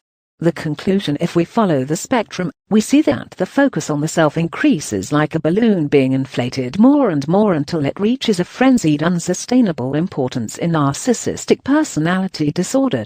Then we hit antisocial personality disorder, and it is as if the balloon bursts. The focus has become so narrow that not even the self can fit into it. It is as if, rather than being a slave to the hungry, selfish, malfunctioning ego as the histrionic, borderline and narcissist are, the psychopath becomes the hungry, selfish, malfunctioning ego. The narcissist, histrionic and borderline are miserable because they are forever trying to silence and appease the ego, but they still exist outside of it. The psychopath is the ego. He is empty, but does not feel miserable, because those kinds of more evolved feelings exist outside of the primitive desire and selfishness of the ego, and he does not. Since all psychopaths are end-stage narcissists, we can therefore conclude that psychopaths are in fact narcissists, and that narcissists are in fact lesser psychopaths.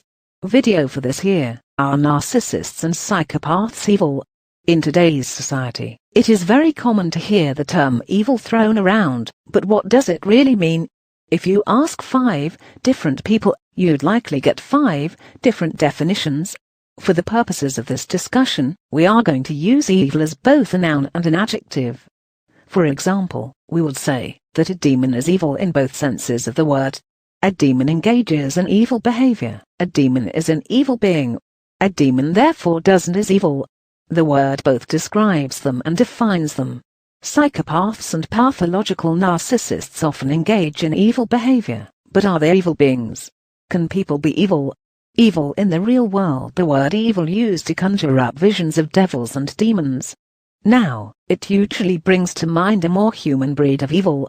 More than one psychologist has flat out stated that some people are just evil. They are born evil, and they stay that way until they die. Nothing will change them, or make them better, largely in part because they don't want to be better. Evil is often the only way to describe a person whom psychology cannot explain. Jeffrey Dahmer is one such example. There were no terrible incidents of abuse in his childhood, no severe head injuries. His brain was examined after his death, and found to be perfectly normal. There is no real scientific explanation for Dahmer's behavior at all. He was a mystery, psychologically speaking, to science, and even to himself.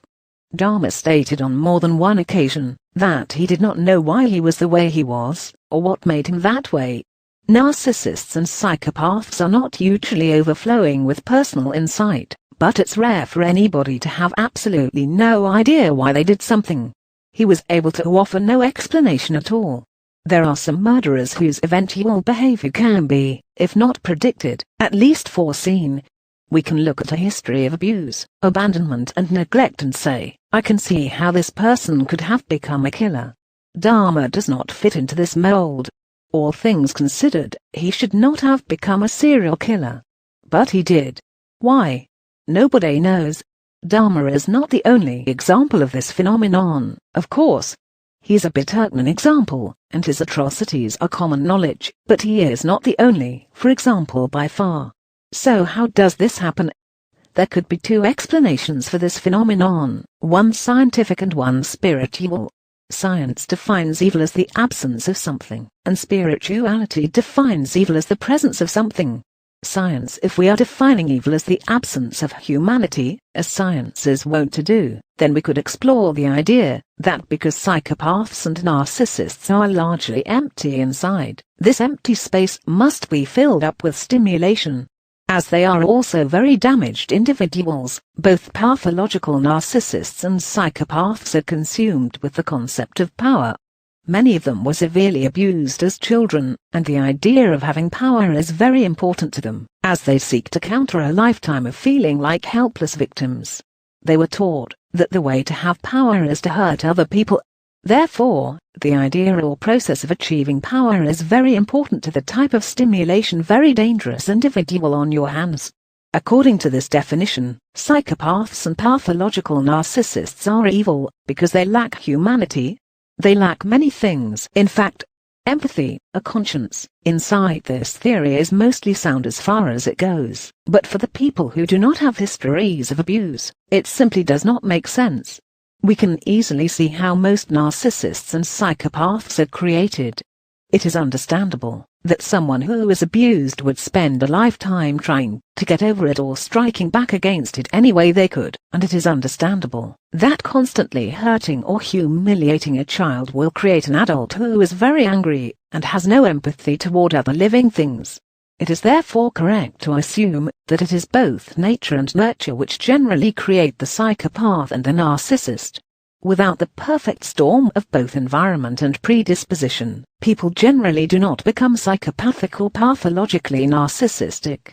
What about the others, though? The ones who do not seem to have been created, but born that way. How do we explain that? These people do exist, and we don't understand why. Spirituality. If we are defining evil as a supernatural presence, as spirituality is wont to do, then we could explore the idea that because psychopaths and narcissists are largely empty inside, something malevolent simply moves into the empty space and begins exerting influence. The narcissist and the psychopath have malfunctioning defense mechanisms and are inherently weak. They would be an ideal target for a malevolent squatter. They are also less capable of insight, and very susceptible to distorted perception, flattery and appeals to vanity. This can make them easy to manipulate or trick, another thing which flags them as ideal targets. Lastly, most narcissists and psychopaths are disproportionately preoccupied with power. This often results in dabbling in demonology and similar things, making them more likely than others to blatantly invite a dark energy into their lives.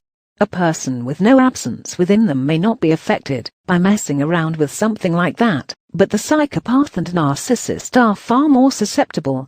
The spiritual theory of presence, though perhaps unlikely to many, would seem to explain a few things that science cannot, including the curious phenomenon of psychopathic children. The born psychopath science does not allow the labeling of these children. They cannot be considered psychopaths until they are adults. This has no bearing on reality, however. They are psychopaths and they appear to be psychopaths since birth. It's important to note here that there is no history of abuse with these children. Studies show that the parents of these cold children are as involved and loving as the parents of normally functioning children, but the cold child does not respond as the normally functioning child does. The cold child does not recognize or seem to care about the love he is being shown. It does not interest him. He displays sustained rages, continual aggression, calculated violence and calculated cruelty even at 4 and 5 years of age. He does not fear consequences or social ramifications, he is remorseless, and he lacks empathy completely. We could argue that children of that age don't necessarily understand empathy, and most people would argue that. However, the behavior of these particular children says differently. Calculated violence and cruelty display an active, conscious intent to cause harm. This means the child understands their actions are hurtful, and that being hurtful is the goal. This is both an acknowledgement and a denial of empathy. The child understands empathy, and chooses to reject it in favor of causing harm. Why? Because though he apparently understands empathy, he obviously does not feel it. These children have no emotional empathy, but as they mature, they develop the ability to simulate interest in people's feelings, a sort of cognitive empathy. They can say what other people feel, and recognize it after a fashion. They just don't care or feel it. They understand intellectually that people have feelings, but that is as far as it goes. Other people's feelings have absolutely zero value or meaning to them. This is identical to the way adult narcissists and psychopaths behave. The manipulative and calculating behavior seen in these children generally far exceeds what a child their age should be capable of engaging in, as well. There are many scientific theories for why these children exist at all, most involving hormones or genetics, but as of yet none have panned out. The current theories do not explain why some of these children do such terrible things while others don't, however, and certainly, hormones and genes do not even come close to explaining how a child under 10 years old is able to reason and calculate as if they are an adult. Perhaps science is just not going to be able to explain that. Science versus spirituality. If, as we said, science defines evil as the absence of something, and spirituality defines evil as the presence of something, this would seem to put the two theories at odds. But does it? Something can only establish a presence in an already existing absence. This means that the spiritual theory actually fits in with the scientific one perfectly, and it's quite a bit older than its scientific counterpart. In order for something to fill a vessel, the vessel must be empty. You cannot pour more water into a full bucket. The scientific community generally stops short of considering a presence of any kind, but it acknowledges that evil does exist and admits that evil cannot be explained by science, at least currently. Perhaps it is a mixture of the two, rather than one or the other. The nature versus nurture debate raged for years before both sides gradually came to the realization that both nature and nurture contribute almost equally to any psychological situation. There are more things in the universe than can be explained or even experienced, and science readily admits this as well. It is not such a hard leap, then, to theorize that perhaps in this absence that exists in the narcissist and the psychopath, something else might come to be. Regardless of which theory one subscribes to, it can be said that according to science, the narcissist and the psychopath are indeed evil. Video for this here. Narcissists, borderlines, and psychopaths. How to stop gaslighting. If you are not familiar with the term gaslighting, it originated from an old movie starring Ingrid Bergman entitled Gaslight. In the movie, a man attempts to drive his wife crazy by manipulating her surroundings, then claiming her perception of the manipulated surroundings is mistaken or delusional. In the movie, when the lights dim, because of something he is doing, and she comments on it, he says the lights have not dimmed at all, and that she is delusional. In this same way, gaslighting is a type of mental abuse, where a person is manipulated into doubting their own memory, perception and ultimately their own sanity. It's a pervasive, insidious form of abuse akin to brainwashing, where one person attempts to basically override and control the other person's reality. This can range from simple denial of something. You remind the narcissist of something they did or said and the narcissist replies, "That never happened!" You are making it up.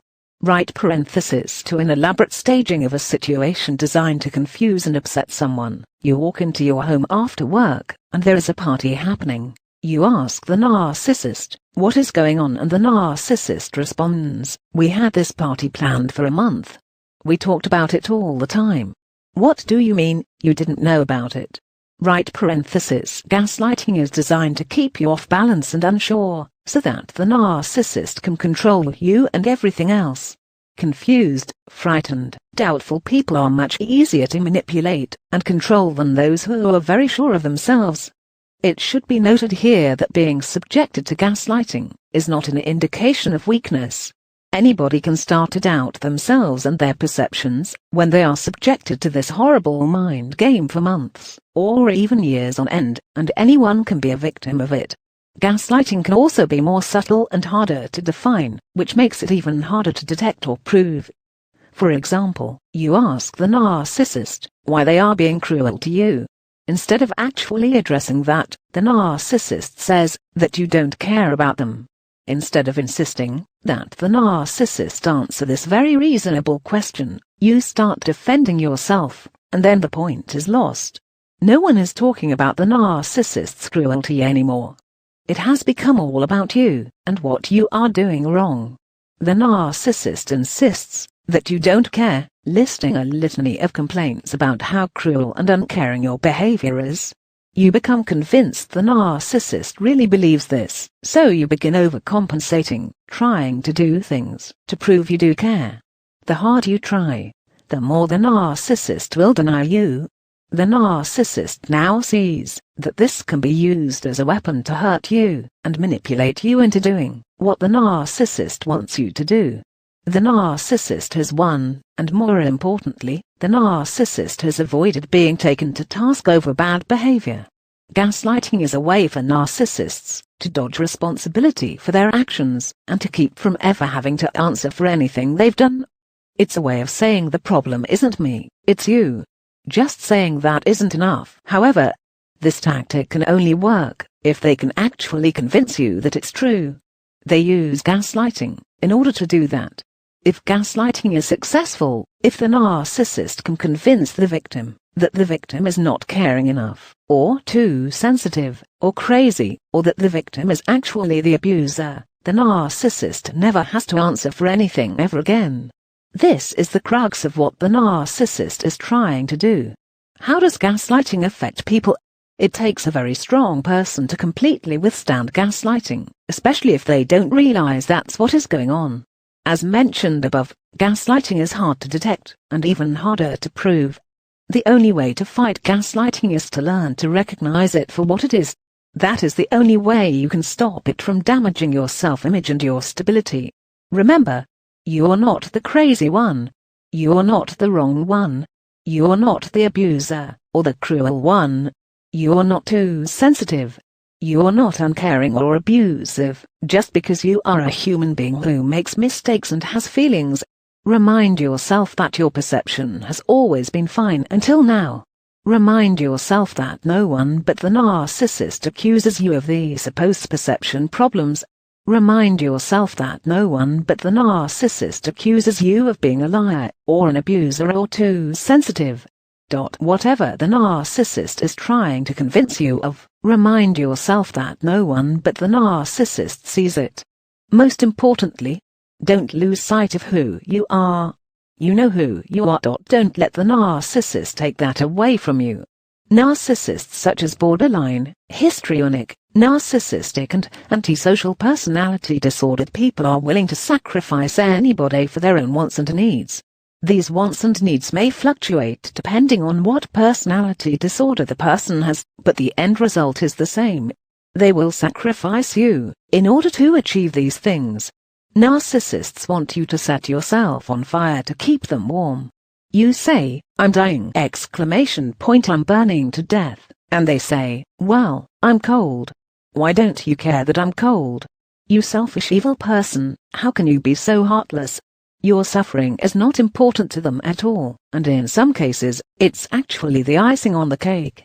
All narcissists, regardless of which personality disorder they are afflicted with, have a cruel, envious core in their personality. They are jealous, they are hurting, and they want to destroy things they are jealous of. So there are times that being cruel brings them pleasure. You can sometimes even see it in their face. This is because narcissists want you to prove that you love them. It makes them feel safe, true, but more than that, it makes them feel powerful. To that end, they will never stop trying to make you prove it. After you jump one hurdle, there are 15 more waiting.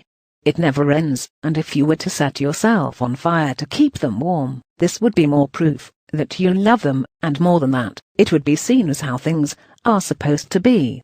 They are the special one, and you are supposed to sacrifice for them without question, over and over and over again. Borderline personality disorder people are especially bad about this. We often see the claim that borderlines are not narcissists. Make no mistake about it. Borderline personality disordered people are narcissists. They may have slightly different drives than narcissistic personality disordered people or histrionics, for example, but they are still pathological narcissists. Their end goal is still having their own needs met regardless of the cost to other people. Anyone who has had a relationship with a borderline personality disordered person can attest to that. A narcissist who feels safe can be a dangerous narcissist. They may then feel there is no reason not to do terrible things, because they are safe in the idea that you will never leave. Unfortunately, it is a trap that many people fall into, because when a non-personality disordered person is in a relationship, if our partner is not happy, and they say it is because of something we are doing, we tend to believe them. Why would they say it if it wasn't true? The sad truth is that narcissists need too much, and they do claim things that aren't true all the time. They need more and want more than anyone can possibly give them, and they are very angry that they aren't getting it. They are unreasonable, unrealistic, and they don't understand give and take. They truly believe that they should be given everything, and any insinuation that they should give is perceived as blasphemy. Respect, consideration, compromise. These are not words narcissists understand as applying to other people. If they have to destroy your perception of yourself or your very reality in order to get what they want, they have no problem with that. Are you being gaslighted?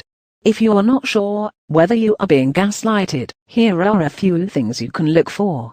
If you are constantly second-guessing yourself, if you have the sense that you used to be a very different person, someone who was happier and more confident, if you have trouble making even simple decisions, if you are always apologizing to the narcissist, if you notice the narcissist making accusations or calling out behavior in you that no one has ever mentioned before, if you feel confused or crazy, and you don't know why, these are all signs that you may be being gaslighted.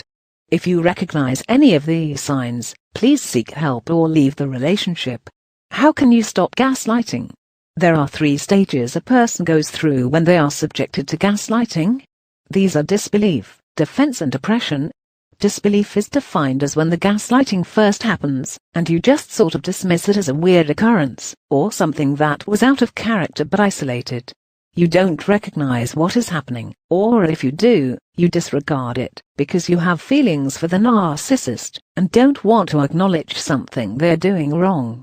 Defense is defined as the period of time when you are defending yourself against the accusations or manipulation. This stage can last a long time.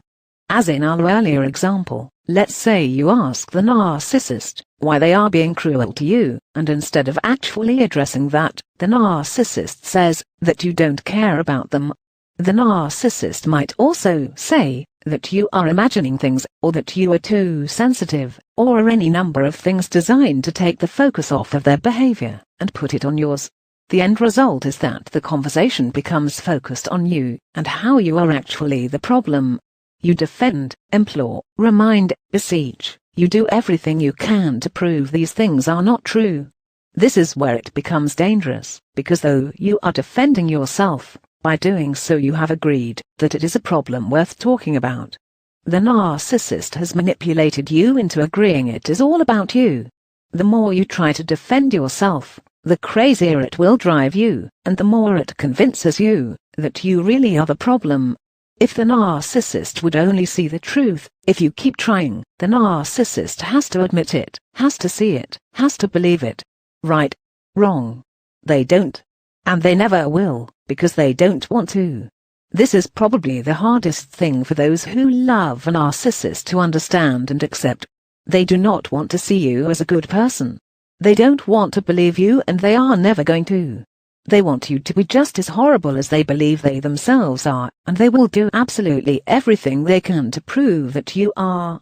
It's a vicious cycle, and the only way out is to stop participating in it. Depression is when you have stopped defending yourself against the manipulation, and just give up.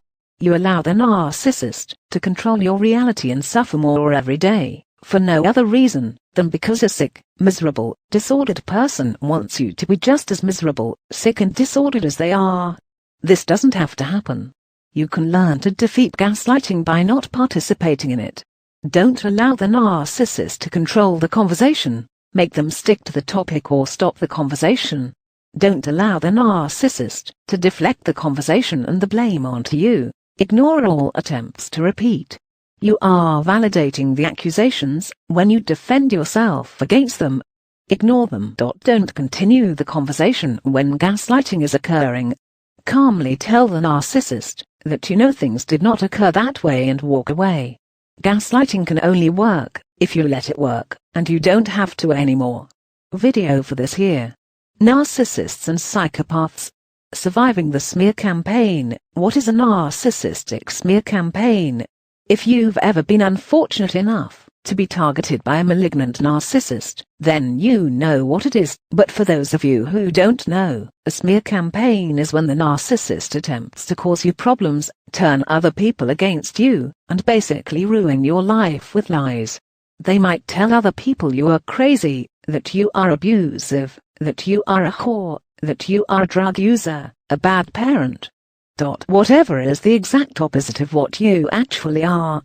It's important to pay attention to exactly what lies they are telling, because within these lies is the reason they are doing it. Whatever they are trying to destroy about you is the thing they are jealous of. For example, if they are telling everyone you are a bad parent, it is because you are seen by the narcissist as a better parent than they are. This cannot be permitted, so they attempt to destroy that perception of you. If they are saying you are abusive, this is because they know they are the abusive one. They are attempting to hide that by destroying the possibility that anyone could see you as the victim. They also would dearly love to be the victim, but they know they are not. So they lie. These lies are also projections. They are the narcissist taking the way that he feels, or what he is, and saying it is how you feel, or what you are. If you want to understand the narcissist's language, reverse the pronouns. Whatever the narcissist is saying about you is what is actually true about himself, or what he fears is true about himself. You are abusive means, I am abusive. You are a bad parent means I am a bad parent. The kids love me more means the kids love you more. Statements they make about your feelings toward them can often have a double meaning. For instance, you hate me means I hate you, and it also means I hate myself. You wish I was dead means I wish you were dead. Quote, and it also means I wish I was dead. Nobody escapes the narcissist's wrath, least of all himself. He's got plenty to go around.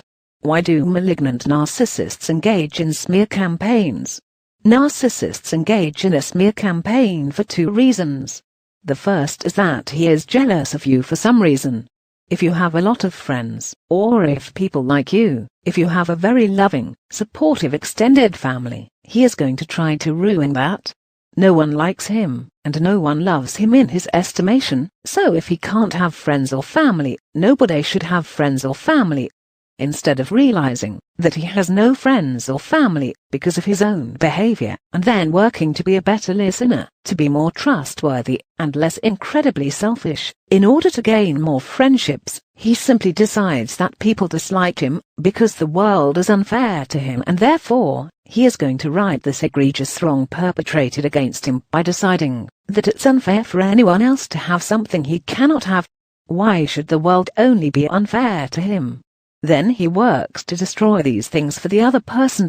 It is his idea of justice, in a very real sense. For example, when asked why he would want to make people dislike a person he claimed to care about, a narcissist said, "Because you need to know what it's like not to be liked." Quote, the callousness and selfishness in that statement is really unbelievable. When it was pointed out to the narcissist that if he had to come up with lies in order to try to make people dislike someone that proved the person didn't deserve it, he simply shrugged. Why should I be the only one? They just want to spread the misery, even to the people who love them, especially to the people who love them. Remember, the narcissist views himself as so broken and terrible that the very fact a person could love him must mean something is very wrong with that person. Because of this, he feels the people who love him must be broken and terrible too, and they deserve abuse and punishment. This is the second reason they engage in smear campaigns. It is quite literally to make you miserable. They want you to be unhappy, because they are unhappy. In the end, it's really no deeper, or more complicated than that. The world is unfair to them, so they will be unfair to you. It is very important to realize that to them, this is not unfair. It is justice. This is why they often never stop, unless they are forced to stop. They really cannot see that their misery is all their own fault. No one likes people who are cruel, who are liars, who are phonies, who are instigators, who are childish, and petty and vindictive and abusive. The malignant narcissist is all of these things, but he cannot understand the way that other people see him. He really believes he deserves everything he wants, and that the world is against him. Maybe it is, but not unfairly. If the world is against him, it's because people universally dislike someone who is selfish, cruel and hateful, who will stop at nothing to hurt or destroy other people. This is one reason it is so hard to get a narcissist to see what he is doing wrong. He doesn't think he is wrong.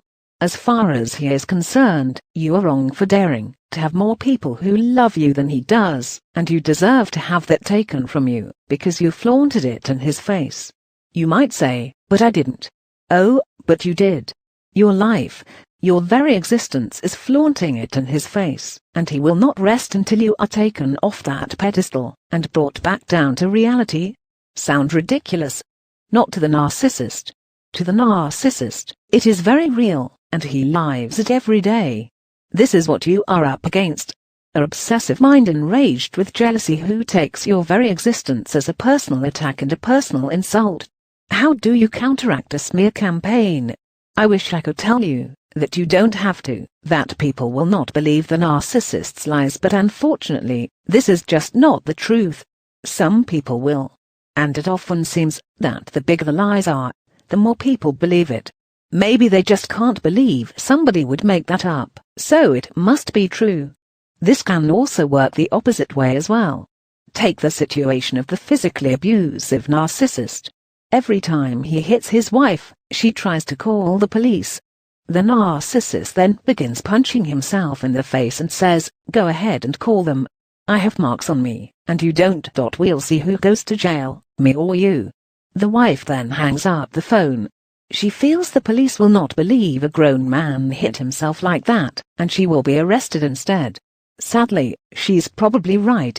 Who would believe that? Who even does that?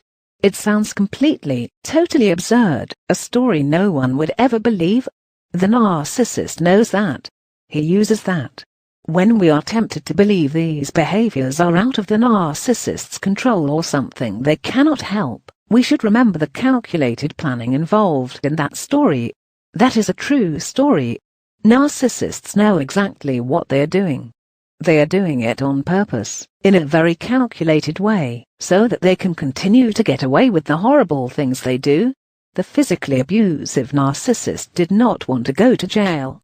He wanted to keep beating on his wife, and he would have been perfectly happy to let her go to jail for something she did not do, in order to save himself.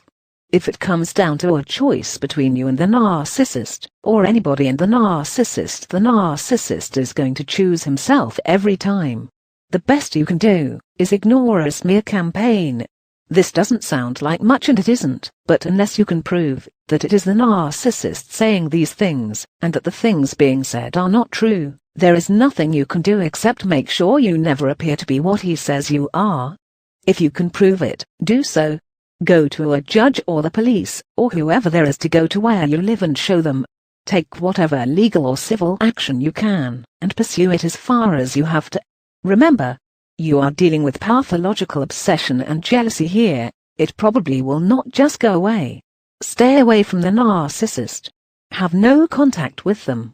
If you have to have contact, be sure to always keep control of yourself. Write down dates, keep a journal of what was said, record the conversations, if you can video is even better, and keep it all. Keep a journal of the things the narcissist is saying about you to others, as well. If he says it on social media, or in text messages, or if other people text you, or private message you about it, take screenshots. Keep a record of what he is doing.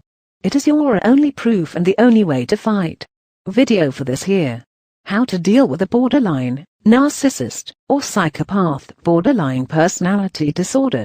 Narcissistic personality disorder. Antisocial personality disorder, also known as sociopathy or psychopathy. If you have anyone in your life with these diagnoses, you already know how difficult dealing with them can be. Difficult isn't really the right word. Horrible might be better. Impossible is another. They are malignant narcissists, and can be cruel, provocative, and abusive. However, there is a method that can help. The most important thing to remember when dealing with any of these personalities, is they seek to control you, the conversation, the outcome, everything. Everything they do and say is designed to that end. It is their only real argument and their only real point. They can argue one side of an argument one day, and then argue the exact opposite the next day with no cognitive disturbance about it all. One day it's an argument, because you didn't do something. The next day, it's an argument, because you did do the exact same thing. There is no rhyme or reason to it, and no way for you to be right. This happens because they don't really have a side. Their true goal is the argument itself and provoking you into it. This is the key. The method. It needs to be said that no contact is the best method of dealing with any of these personalities. Sometimes it isn't possible, and when it's not, other methods are necessary. So how do you argue with a borderline, narcissist or a psychopath? You don't, in a manner of speaking. Their power lies in their ability to create drama, trauma and emotional upheaval. The key is to take this away from them. If you can do that, you can control the situation. They rely on you losing control of your emotions, and therefore the situation, which they interpret as them then taking control of both. This is what they want, and they will go as far as they have to in order to do it. If you can retain control of your emotions by simply not reacting to their endless provocations, it will go a very long way to defusing the argument before it even starts. It can be very difficult to do this, but it's important that you do not falter. Even a sigh or a fleeting look can show them they've gotten to you. You must conceal all of your emotional responses totally. Try envisioning a blank white wall. Strong, bland and most of all, featureless. This is what you must become. You must show them no face. Malignant narcissists thrive on provoking people into emotional states, so that they cannot defend themselves or think clearly. They endlessly insult, provoke, sidetrack, derail, and stall until the conversation is hopelessly broken, and there is nothing to gain from it. A conversation with one of these people can escalate from 0 to 60 in one sentence, because many times the things they say are so out of line, so disrespectful, so insulting and cruel, that it is impossible to continue at all.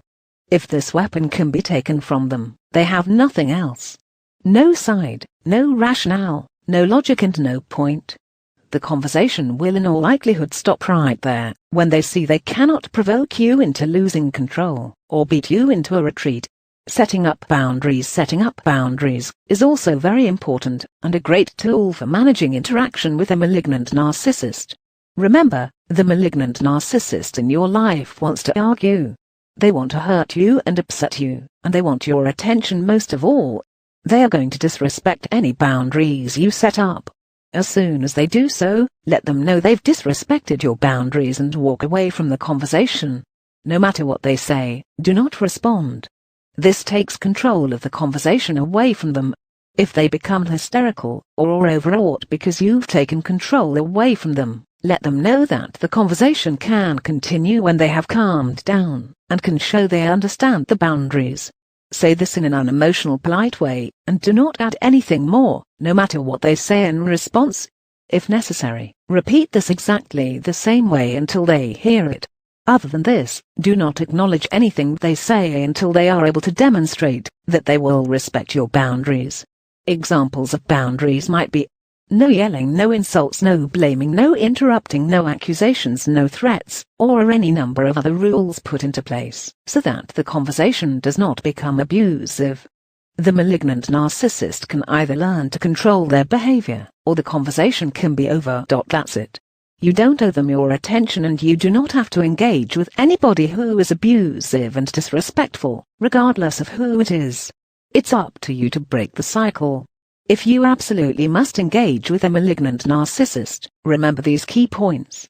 Do not engage in conversations that aren't absolutely necessary. Do not react to their attempts at emotional provocation at all. Do not acknowledge baseless accusations. Do not allow them to sidetrack the conversation. Ignore all attempts to do this. Do not respond to attempts to project or flip the situation around to you. Do not respond to insults with your own insults.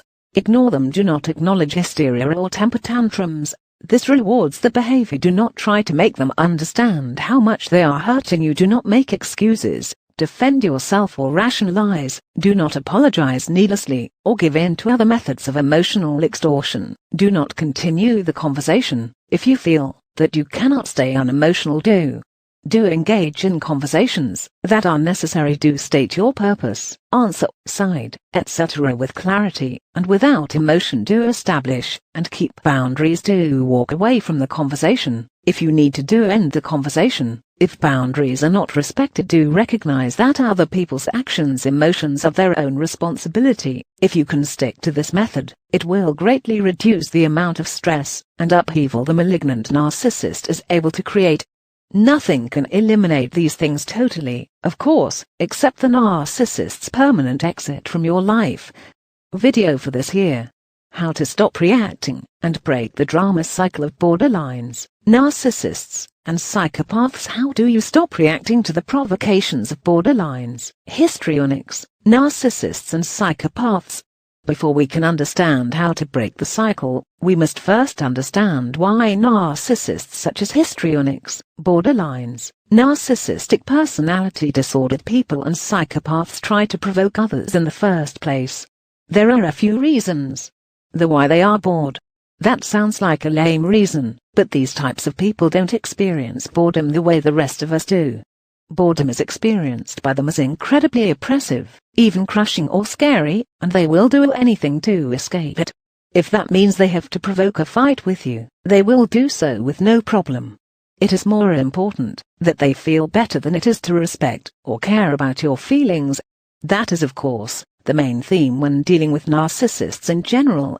When it comes down to choosing between you and themselves, they will always choose themselves.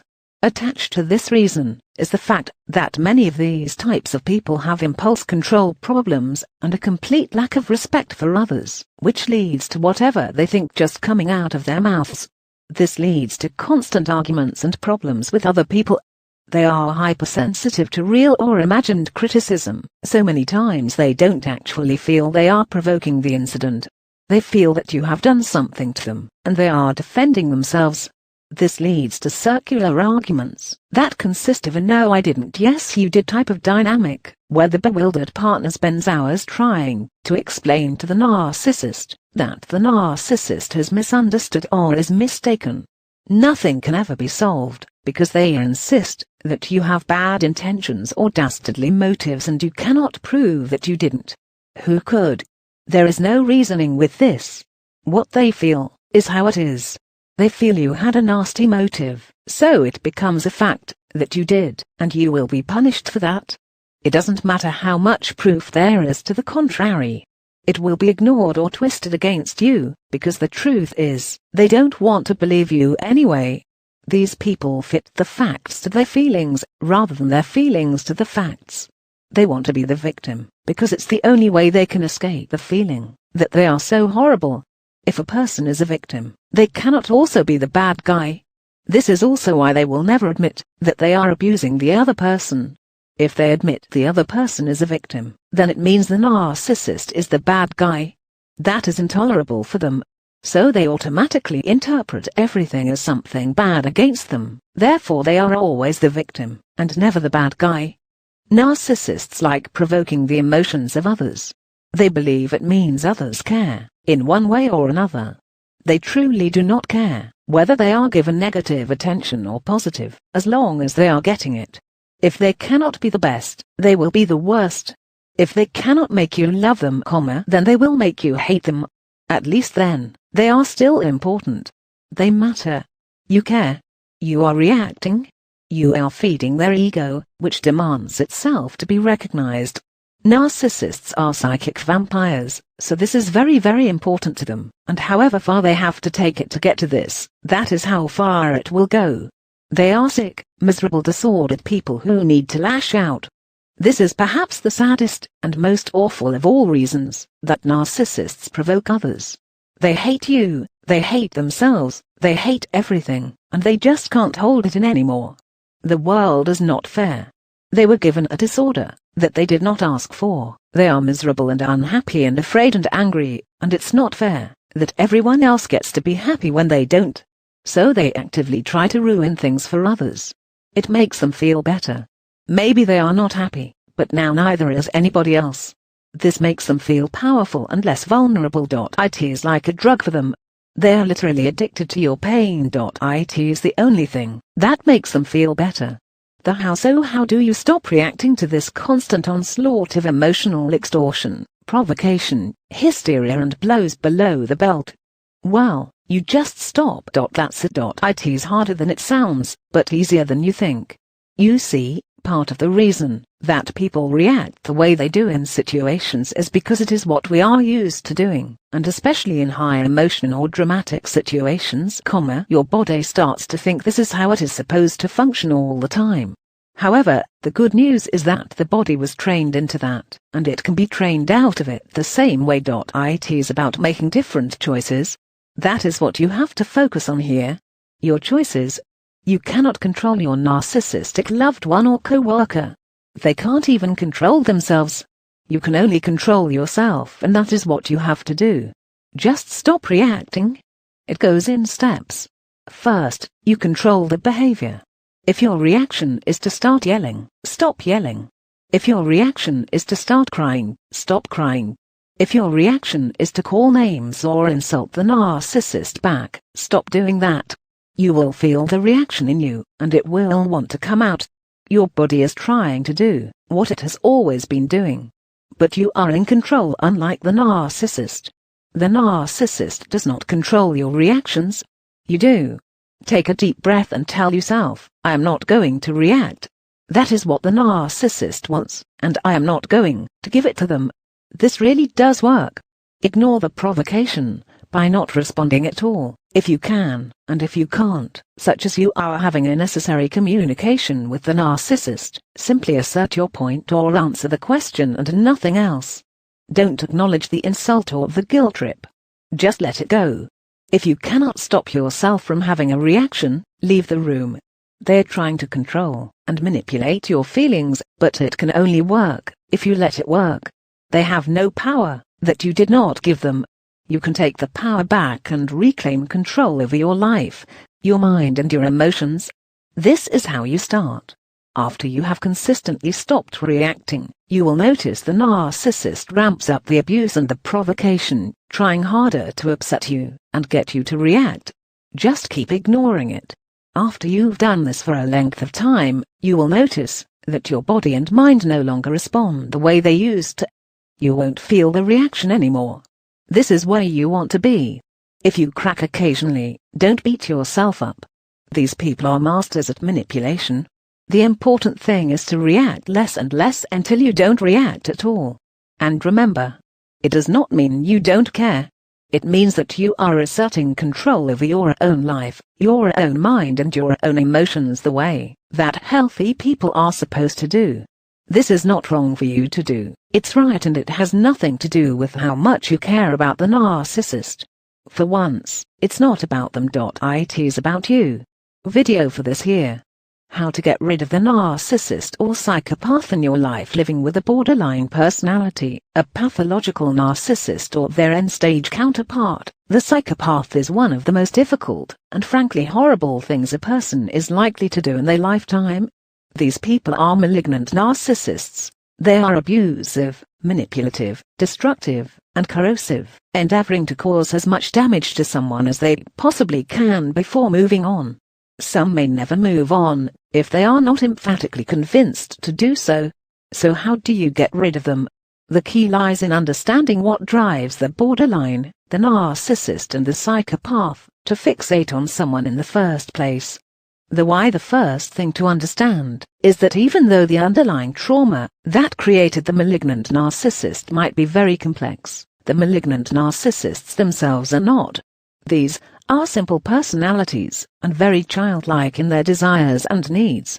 They are driven by envy and boredom, in that order. That's it.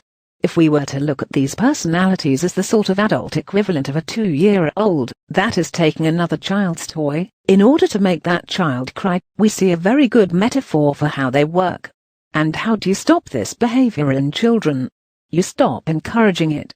This is what you must do with the adult malignant narcissist in your life. Stop encouraging the behavior. If the 2-year-old in our analogy can no longer provoke the emotional response he is looking for, or if the object of envy is gone, he will stop his behavior in very short order and move on to something else. The same is true with malignant narcissists. They seek to control others through provoking emotional responses, and through destroying things they envy. If you simply stop responding, you take their control away. This is extremely important, so it bears repeating. If you stop responding, you take their control away. How do you do that? The answer lies in 2 words. Be boring. It sounds simple, and it really is. Malignant narcissists such as the borderline, the pathological narcissist and the psychopath crave upheaval, emotional fireworks, drama, and excitement. They attack and abuse out of boredom and envy. Don't give them anything to envy, and stop responding to their attacks. The latter in particular can be very difficult to do. These people have honed their attacks and abuse to be very, very effective. It cuts their loved ones to the quick, like an arrow in the gut. They are masters at inspiring rage, or extreme anxiety in other people with just a few short phrases, and some can do it without even saying a word. They are counting on this.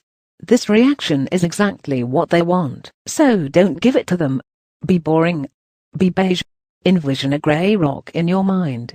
How would a grey rock respond to the malignant narcissist's abuse? Aha! Exclamation point. That's a trick question, because it wouldn't. It would sit there, inflexible and serene. In a word, boring. Be a grey rock, or a blank white wall. Ignore threats, hysteria, insults or whatever else is said. They're just words anyway. Respond when you must, but never in an emotional way. Attack that must be responded to. Why did you spend $50 out of the account? You are so irresponsible, stupid, careless, selfish, etc. Non-emotional response. I had to buy groceries. Attack that must be responded to. When are you ever going to let me see my kids after now that we are divorced? You just want to take them from me and turn them against me. You are a horrible mother father. Non-emotional response. You can see our kids. That's it. In a very controlled voice, with no emotion at all. Don't defend yourself. Don't apologize. Don't give excuses. Don't insult in response. Simply answer the question, and leave it at that. The malignant narcissist will undoubtedly continue for a little while in this vein, to attempt to provoke a response out of you, stepping up the insults and using things he knows will hurt or anger you. Don't give in. Only respond if you must, and then only in a polite and disinterested way. Do not allow emotions to become a part of the conversation in any way. Don't argue. This does not mean give in to everything the malignant narcissist wants or says. By all means, stick to your guns and state your side, if you really have to, but don't argue. It's a pretty safe bet that he does not know how to handle a person who does not become enraged or hurt by his style of arguing, so if you absolutely must respond, be that person. Right parenthesis. Remember, this has always been a two-way street, even if it didn't seem to be, with the malignant narcissist taking and you giving. By controlling your own emotions, you are able to take control away from the malignant narcissistic personality in your life. Envy is a little trickier. It has more to do with who they are as a person. Malignant narcissists such as borderlines, pathological narcissists and psychopaths envy other people many things, because inside they know that they are not truly a real person. If somebody has a talent or a good quality, the malignant narcissist endeavors to take these things away from that somebody. They will do whatever they can to destroy or disrupt it, and they delight in doing so. The trick here is to hide it from them, so they cannot do that. They are also simple creatures, and they are attracted to anything shiny and pretty. Unfortunately, with the malignant narcissist, attraction means envy, which means attempts to destroy. Quote, how do you stop giving them things to envy? Be boring. Now, you might say, but he already says I'm boring, lame, not exciting. How can this work for me? Simple. Because he lies. If that were really true, he would have already moved on. He is simply trying to destroy your confidence and crush your good qualities. He is also projecting onto you what he thinks and or fears about himself. Don't listen to him. The bottom line with any malignant narcissistic personality, be they borderline, pathological narcissist or psychopath, is this: he is the uncontested king of needing constant stimulation. If he stays with you, you are not boring. No matter what he says, there is something, some spark about you that caught his attention in the first place, and which keeps him hanging on. So stop doing all the things you did that attracted the malignant narcissist in the first place. Don't be funny. Don't be outgoing. Don't be passionate. Don't be emotional. Don't be smart, pretty, charismatic, or exciting, and above all, don't argue. Just be a grey rock. This, of all things, will cause him to lose interest the fastest. Malignant narcissistic personalities do not experience boredom in the same way normal people do. It is experienced by them as incredibly oppressive, even terrifying in some ways, and must be avoided at all costs. So pile on the boredom, and watch what happens. Is this fair? In a word, no. It's not. No one should have to hide all of their good qualities and dramatically change their personality to become a grey rock, just to get away from another person. However, since you are reading this, you've probably already figured out that the malignant narcissist is not interested in fairness at all. He's interested in controlling other people and using them for his own personal entertainment and validation, by needlessly upsetting, torturing, and abusing them. That's it. He doesn't care about other people's feelings at all, except to the extent that he can use them to hurt or dominate someone else. He's not a real person, and he will never become one. If you are trying to do anything with a malignant narcissist based on some idea of fairness, you are going to be very, very disappointed, and probably also very, very sorry. Understand that the situation is not fair to you, has never been fair to you, will never be fair to you, and then work with it. It's the only way it can be successful. Otherwise, you will find yourself locked in a power struggle with the malignant narcissist until the end of time, with him using that sense of equality against you non-stop. He will use it to manipulate your sense of fairness into excusing his terrible behavior by calling you unfair, and he will use it as a weapon, because he knows it hurts you, such as being deliberately unfair and cruel, so he can watch the pain it causes you. It's all unfair, but this is where we find ourselves.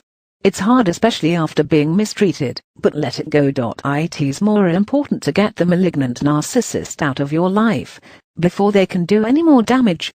Conclusion: while many have reported great success with this method, especially with spouses and significant others, some have reported that it only causes the malignant narcissist to escalate their abuse, especially in situations where the malignant narcissist cannot just leave. However, escalation is to be expected, at least initially, as they engage in more and more extreme behavior designed to provoke a response out of their target. If this extreme behavior ever turns violent or physical, get out of the situation as quickly as possible and call the police.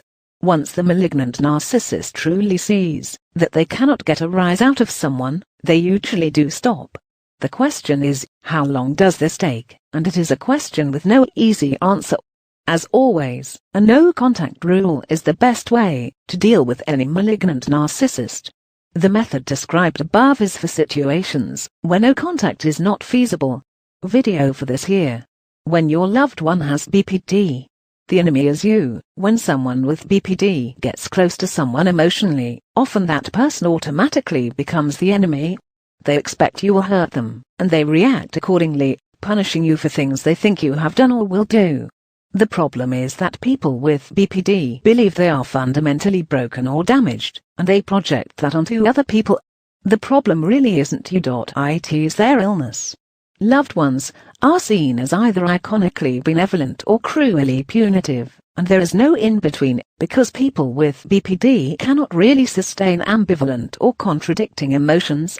They cannot love somebody and be angry at them. They do not see shades of grey. Their thinking is extremely black and white. A person is either all good or all bad in their perception, and this changes with their moods. 1 minute you are the best thing that ever happened to them, and you have made them the happiest they've ever been, and then literally the next minute they cannot remember anything good you have ever done. You are scum, you are trash, you hate them, and are trying to destroy them. You are the lowest piece of crap that ever came along. This is called splitting. The reason for this is multifaceted. People with BPD have problems with something called object permanence. Quote, if you have ever had a baby, you know that if you play peekaboo with a young baby, they will cry for the second that their blanket covers your face and hides you from them, but smile and laugh when they see you again. They will also cry when you go out of the room, or they can't see you anymore. This is because they don't understand that even though they can't see you, you are still there. Playing peekaboo and other games like this teaches them object permanence. People with BPD have the same problem emotionally. They have trouble remembering someone's love and connection when the person is not there, or when they can't feel it. Because of this, they cannot be confident that a person cares about them, and are always anxious and unsure. It is also because of this, they are able to walk away remarkably easily in some cases. They truly embody out of sight, out of mind. The past often seems impossibly distant to them. It is not uncommon for it to be hard for them to remember it, and emotional connection with others is lost very easily. People with BPD also have problems with something called schema. Schema are the little things in your brain that help you remember and categorize things when you see and interact with them. Like when you see a staircase, the staircase schema in your brain helps you to remember what the staircase is and how to use it. If it was not for the schema, every time you saw a staircase, it would be a new experience and you would need to relearn how to use it. Schema also applies to people and how we categorize them.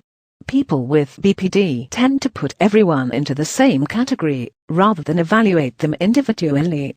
Because of this, it is very hard to change their perception of you, because essentially, they had it before they ever met you. The borderline patients' schema are also faulty, in that they do not work correctly. When they have a negative interaction with someone, their schema for that person is overwritten with all negative material, the way a file will be written over if you save a new version of it. This is why they cannot remember anything good about the person when they are angry. It literally isn't there. This is also why they cannot remember much of anything good you have done in the past, even when they aren't angry. It has been overwritten with bad things, just like the files on a computer. Complicating things more for the borderline patient is that often, when something good happens, so, if the borderline patient perceives all people as bad, and someone does something good, it does not register with them at all, or it is perceived in a negative light, even if they have to really stretch and distort things, to see it that way. This is known as fitting the facts to their feelings. Normal people fit their feelings to the facts. Example: non-BPD person hears the question, "Is that the dress you are wearing to the party?" from her husband and answers, "Yes, it is." The question is heard as it is spoken, or as just an inquiry. No feelings are involved in answering or interpreting the question.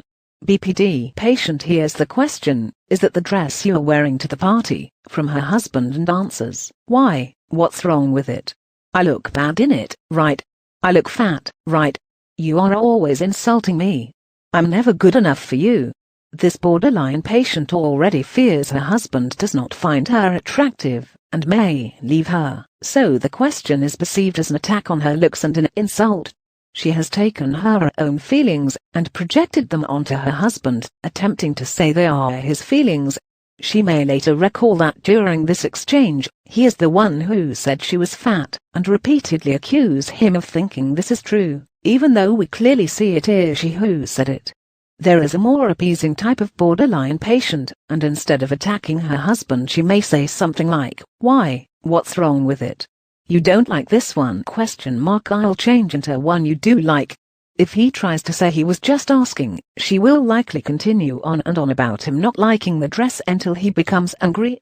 Borderlines interpret reality according to how they feel. Situations that aren't threatening are perceived by the borderline patient as threatening, because the borderline patient already feels threatened. Comments which aren't hurtful or rejecting are perceived by the borderline patient as hurtful and rejecting, because the borderline patient already feels hurt and rejected. This is why, no matter how much care is taken not to upset a loved one suffering from BPD, it is never enough. You can't not upset them. They are already upset. The other reason you are the enemy is that people with BPD must always be the victim. Their illness precludes them from taking personal responsibility for themselves and their lives, or even understanding what personal responsibility really means. Indeed, they expect to be taken care of. It is always somebody else's fault, because their defense mechanisms are in place to protect them from being hurt or blamed. If they have to take responsibility, this means they are not the victim, and this cannot be tolerated. When it comes down to you or them, they will always choose themselves. Always. Sadly, their illness creates a situation where any other choice is not possible. Therefore, you are the enemy, because they feel bad, and it has to be somebody's fault. It can't be their fault, so it must be yours. Most people cannot comprehend the selfishness of someone with BPD, unless they are among those who have lived with someone with this disorder. This is not the borderline patient's fault, but for the family, it is very hard to live with. Nothing matters to them but themselves when they are upset. It's not a question of not caring about other people's needs and well-being. The borderline patient is just not wired that way. It never even crosses their minds when they are upset. Afterward, they may be very guilty and very remorseful, even to the point of being suicidal.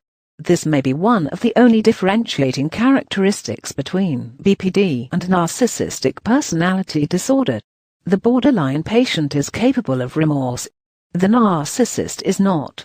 When you tell the borderline patient how their actions have affected others, they cannot understand what you are saying, and even if they do, it is not something they feel they can control. If they have to hurt another person to get what they think they need, they will do so, because they are so fragile emotionally they feel under attack by everybody all the time. In their eyes, it is self-defense. The borderline patient sees things in an extremely distorted way. They often believe things that are not true, and they will continue to believe these things, even when the facts in front of them spell out the complete opposite. No amount of arguing, persuading, reasoning, or logic will change their mind.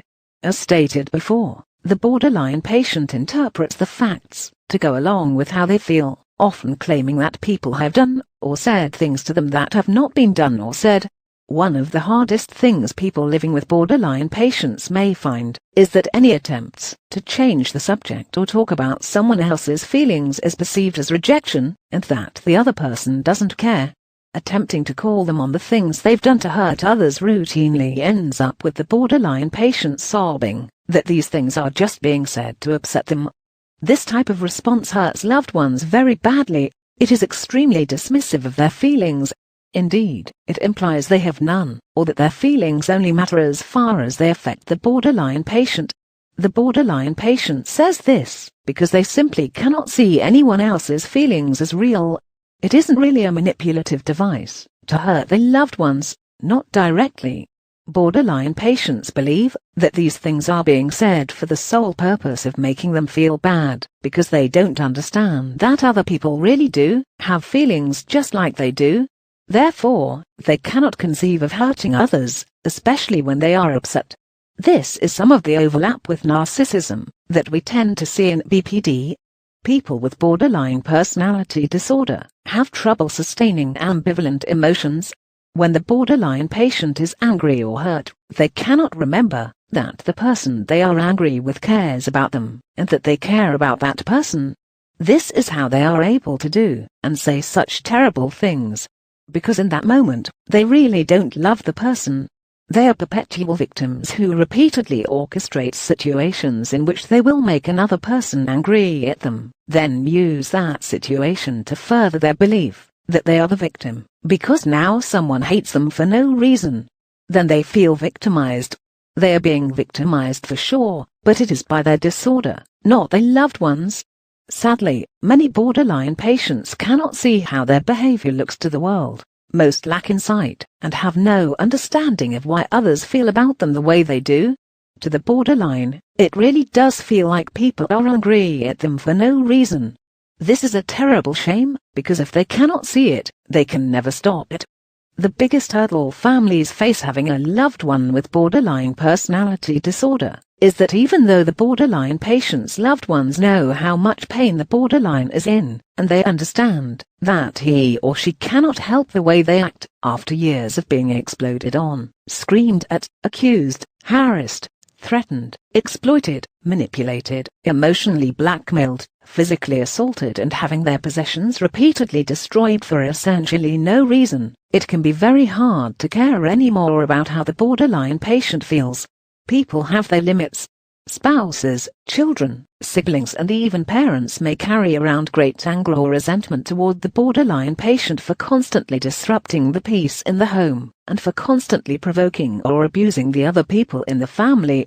They may even hate the borderline patient on some level.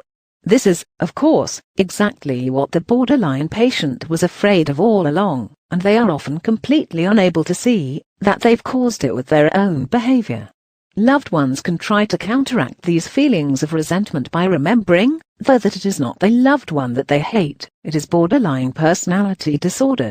BPD is the bad guy here, and the borderline patient is just as much of a victim of it as their loved ones are. It can be very hard to remember this when faced with a screaming, shrieking, hysterical family member, but it's true. Most of us would rip BPD out of our loved one's brain with our bare hands if we could, but we can't. We can only try to remember that the disorder is hurting them just as badly as it is hurting us, and more. Why therapy often doesn't work for borderline personality disorder. This should be prefaced by stating right away that many people suffering from BPD find therapy works very well for them. That's wonderful, but unfortunately, it is not that way for everybody. This article looks at some of the reasons why therapy can be so difficult for some borderline patients. Therapy requires a commitment to wellness and an understanding of their disorder from the patient. Because personality disorders are so thoroughly entrenched in the way a person thinks and perceives things, people suffering from BPD often cannot see their disorder. To them, it literally looks like everybody else is the problem.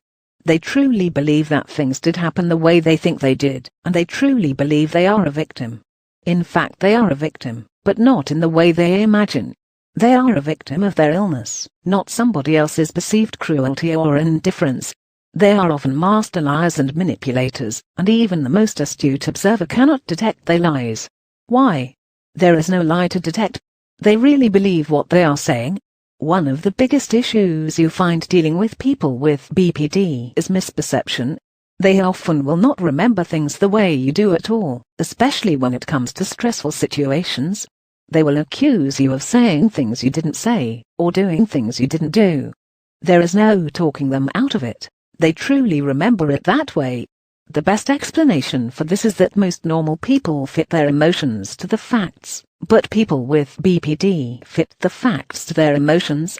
In other words, a normal person will see that you have been cruel to them, and they will emotionally react accordingly with hurt feelings, anger, etc. A person with BPD is already angry or hurt, so they perceive that you have been cruel to them, even if you haven't. This is extremely difficult to deal with, because nothing you say or do makes any difference at all. They see rejection and abandonment in everything you say. There is no reasoning with this, because this is not reasonable or rational.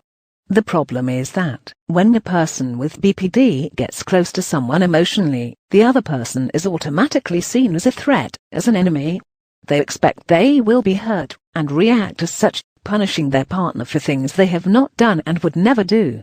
This translates to therapists, too, and it is one of the reasons that therapy often does not work.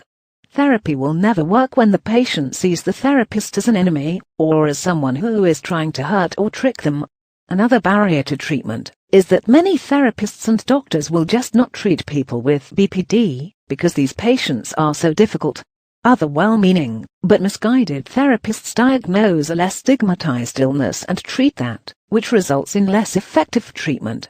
Still others believe it is not a real illness at all, though that is a catch-all diagnosis with no real definition, or that it only occurs in women. None of these things help or make therapy any easier. It is also very difficult for therapy to work when so much of what the borderline says is lies, misunderstandings and skewed perceptions. They routinely misunderstand things others have said and attribute the misperceived meaning to the person. People with BPD may also lie outright, and they often cannot see any of their own wrongdoing, especially if the BPD diagnosis is complicated with other personality disorders like narcissistic personality disorder.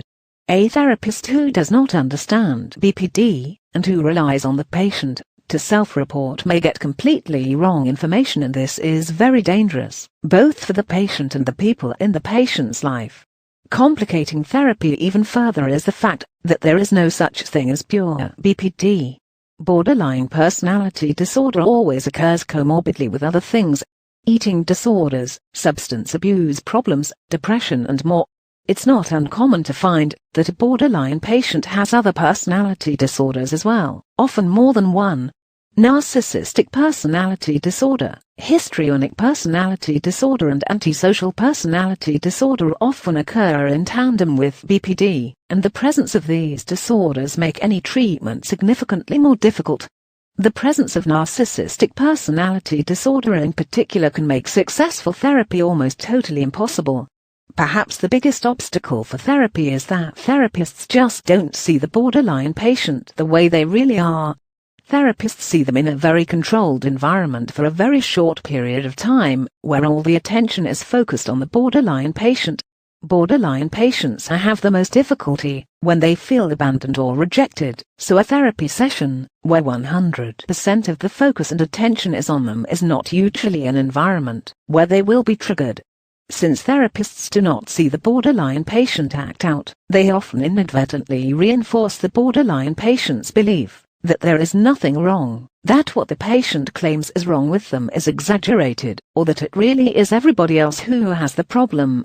Validating these beliefs is extremely counterproductive, because one of the biggest hurdles in treating BPD is getting the patient to understand that their perception is distorted.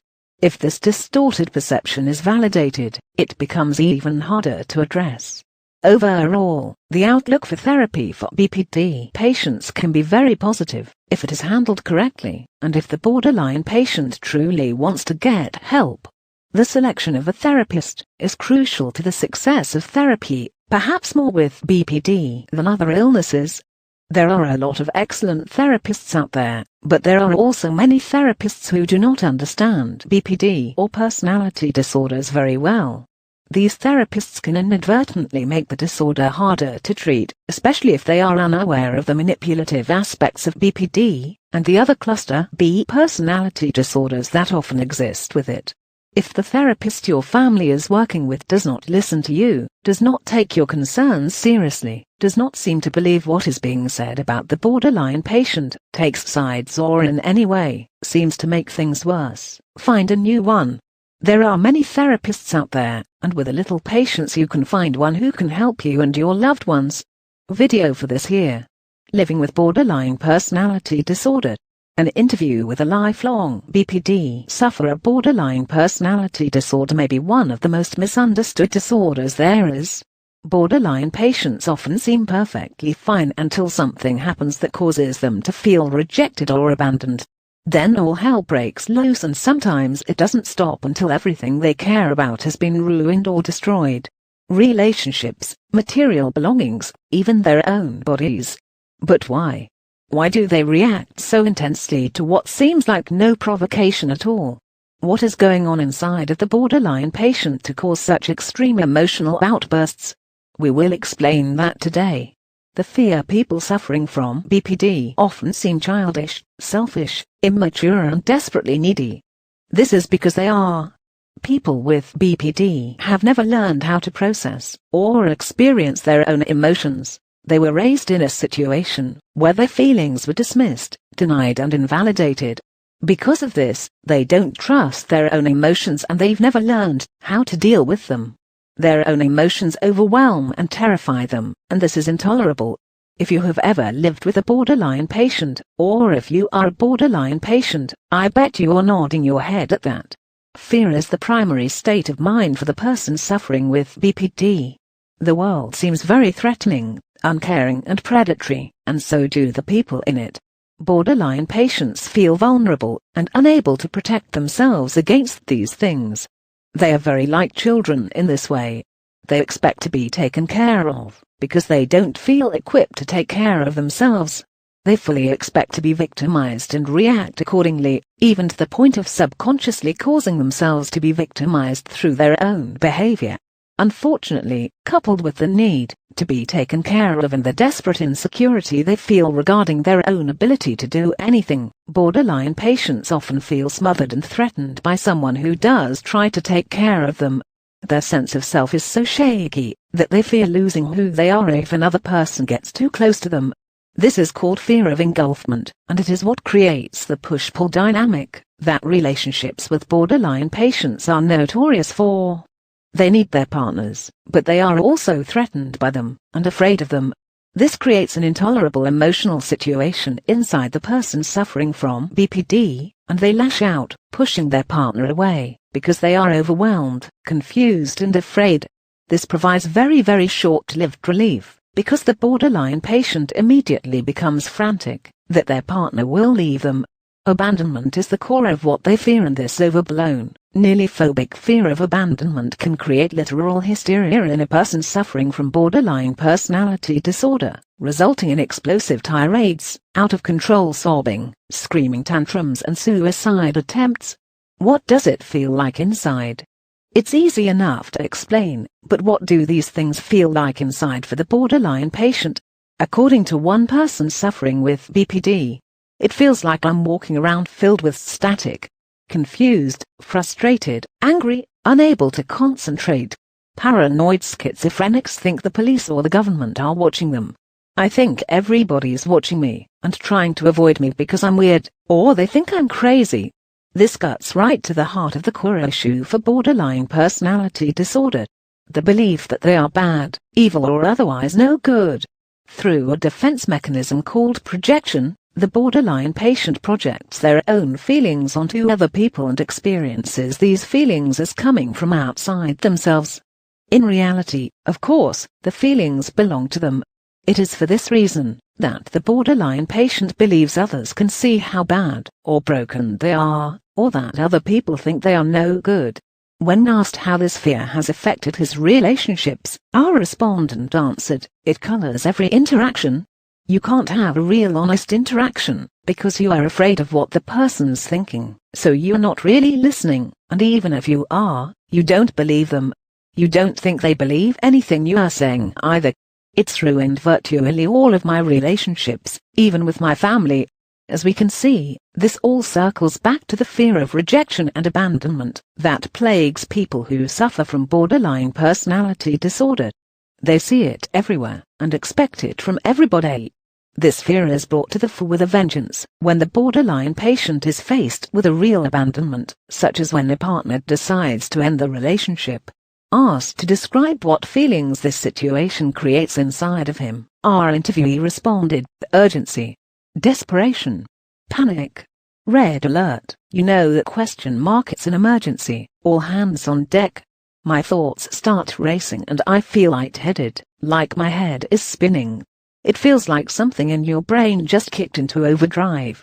When asked why this was so frightening, or what it signified when someone decides to leave, he answered, because when no one is there, you are left alone with no lifeline.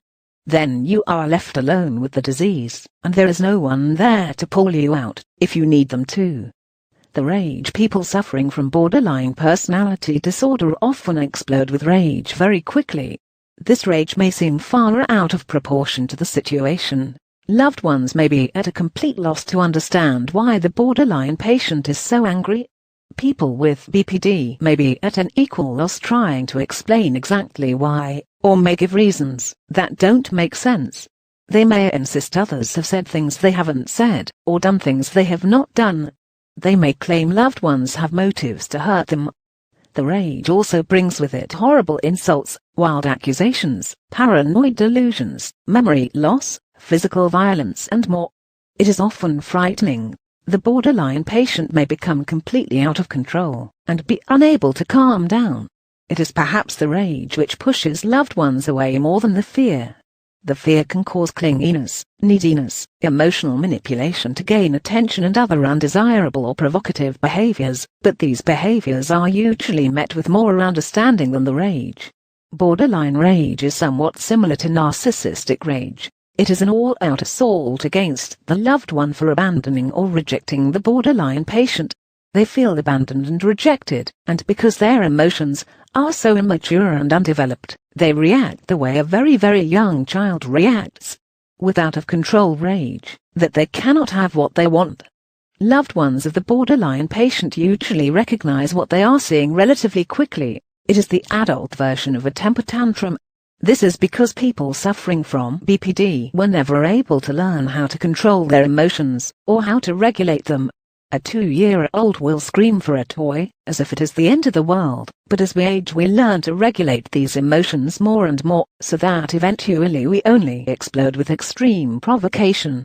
The borderline patient is unable to regulate their emotions. They overreact the same way as a very, very young child will to even the slightest provocation. This is not intentional, and it is not an act. People with borderline personality disorder have never been taught to control themselves and they don't know how. All they know is that they are upset because they cannot have something. What does it feel like inside? Those with borderline personality disorder have been compared to someone walking around with third-degree burns all over their body. Every touch hurts. They hurt all the time, and they don't know what to do about it. They look to their partners and loved ones to make it stop. When their loved ones cannot do this, the borderline patient becomes enraged. The people they've entrusted to care for them have failed them again. It isn't fair that these loved ones have the power to make the hurt stop, and they just won't do it. This is how people with BPD see it. They don't realize that no one has the power to save or cure them. They don't realize that they are reading abandonment and rejection into words or actions where it does not exist. Most of all, they don't realize they are pushing their loved ones away with their assaultive behavior, effectively creating exactly what they fear. The borderline patient we spoke to for this article described the rage as a monster. My mouth just starts going, and suddenly I'm saying all these things, and it's like I can't stop myself. My mind just goes blank. I'm not thinking anything, I'm just running off at the mouth.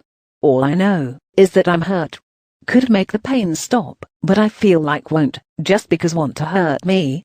I feel guilty later for how I acted, because intellectually I know the things I said aren't true, but in the moment, they feel true to me, and I feel like I can't control it. Then I worry even more, that I'm hated, and will be abandoned, which makes me more paranoid about what people are thinking, or what the real meaning to their words is. It's a vicious cycle. Conclusion: no matter how difficult people with BPD can be, it is important to remember that they are victims of the disorder too. Even more so than their families, because while it is terrible to be attacked by a loved one, it is infinitely harder to be attacked from within. Understanding people with this disorder starts with understanding that beneath the anger, antagonism, and hysteria there is pain. Real pain, and a lot of it. This is not an excuse for bad behavior, and it should never be used that way, but it is the reason for it, and should be acknowledged. It's hard to be normal when you are in so much pain, when you are so desperate, when you are so confused. This is what living with BPD is like. Video of the interview here. Are hoarders actually narcissists? Television programming is awash with reality TV shows, and none have been more popular than shows about the disorder known as hoarding. Hoarding is defined as a compulsive need to keep things, even if the things they want to keep are broken, unusable, or unsanitary. Hoarders feel compelled to keep these things for a number of reasons, and when faced with the loss of hoarded objects, many hoarders feel intense anxiety and distress. They may explode with anger, or even grief at the loss of control they feel when they are losing their precious objects. Why do hoarders keep things? The Mayo Clinic lists hoarding disorder in the following way. Hoarding disorder affects emotions, thoughts, and behavior. Signs and symptoms may include persistent inability to part with any possession, regardless of its value, excessive attachment to possessions, including discomfort letting others touch or borrow them, or distress at the idea of letting an item go, cluttered living spaces, making areas of the home unusable for the intended purpose, such as not being able to cook in the kitchen or use the bathroom, to bath keeping stacks of newspapers, magazines or junk mail, letting food or trash build up to unusually excessive, unsanitary levels, acquiring unneeded or seemingly useless items, such as trash or napkins from a restaurant, difficulty managing daily activities because of procrastination and trouble making decisions, moving items from one pile to another without discarding anything, difficulty organizing items, sometimes losing important items in the clutter, shame or embarrassment, limited or no social interactions. People with hoarding disorder typically save items because they believe these items will be needed or have value in the future. The items have important emotional significance, serving as a reminder of happier times, or representing beloved people or pets. They feel safer when surrounded by the things they save. According to the new DSM guidelines, in the DSM-V, hoarding will be listed as a distinct disorder, rather than under the umbrella of obsessive-compulsive disorder, because many severe cases of hoarding are not accompanied by any other obsessive or compulsive behaviors. Hoarding ranges from more mild disorganization to severe compulsive hoarding, to the point that people can no longer function or live in their homes. These homes may be extremely unsanitary, even filthy, and may be filled with rotten food, feces, molded items or things that are broken. There seem to be at least two different types of hoarders. The first type are those who use item acquisition to cope with anxiety. Some have a shopping compulsion. The act of acquiring things makes them feel better. Compulsive shopping is a very damaging disorder. When combined with hoarding, individuals coping with stress this way can go through savings and fill their home very quickly. Alternately, hoarders of this type may find items in the garbage that they feel are still usable or valuable. While this may be easier on the checkbook, it is no less damaging to the living space or the family.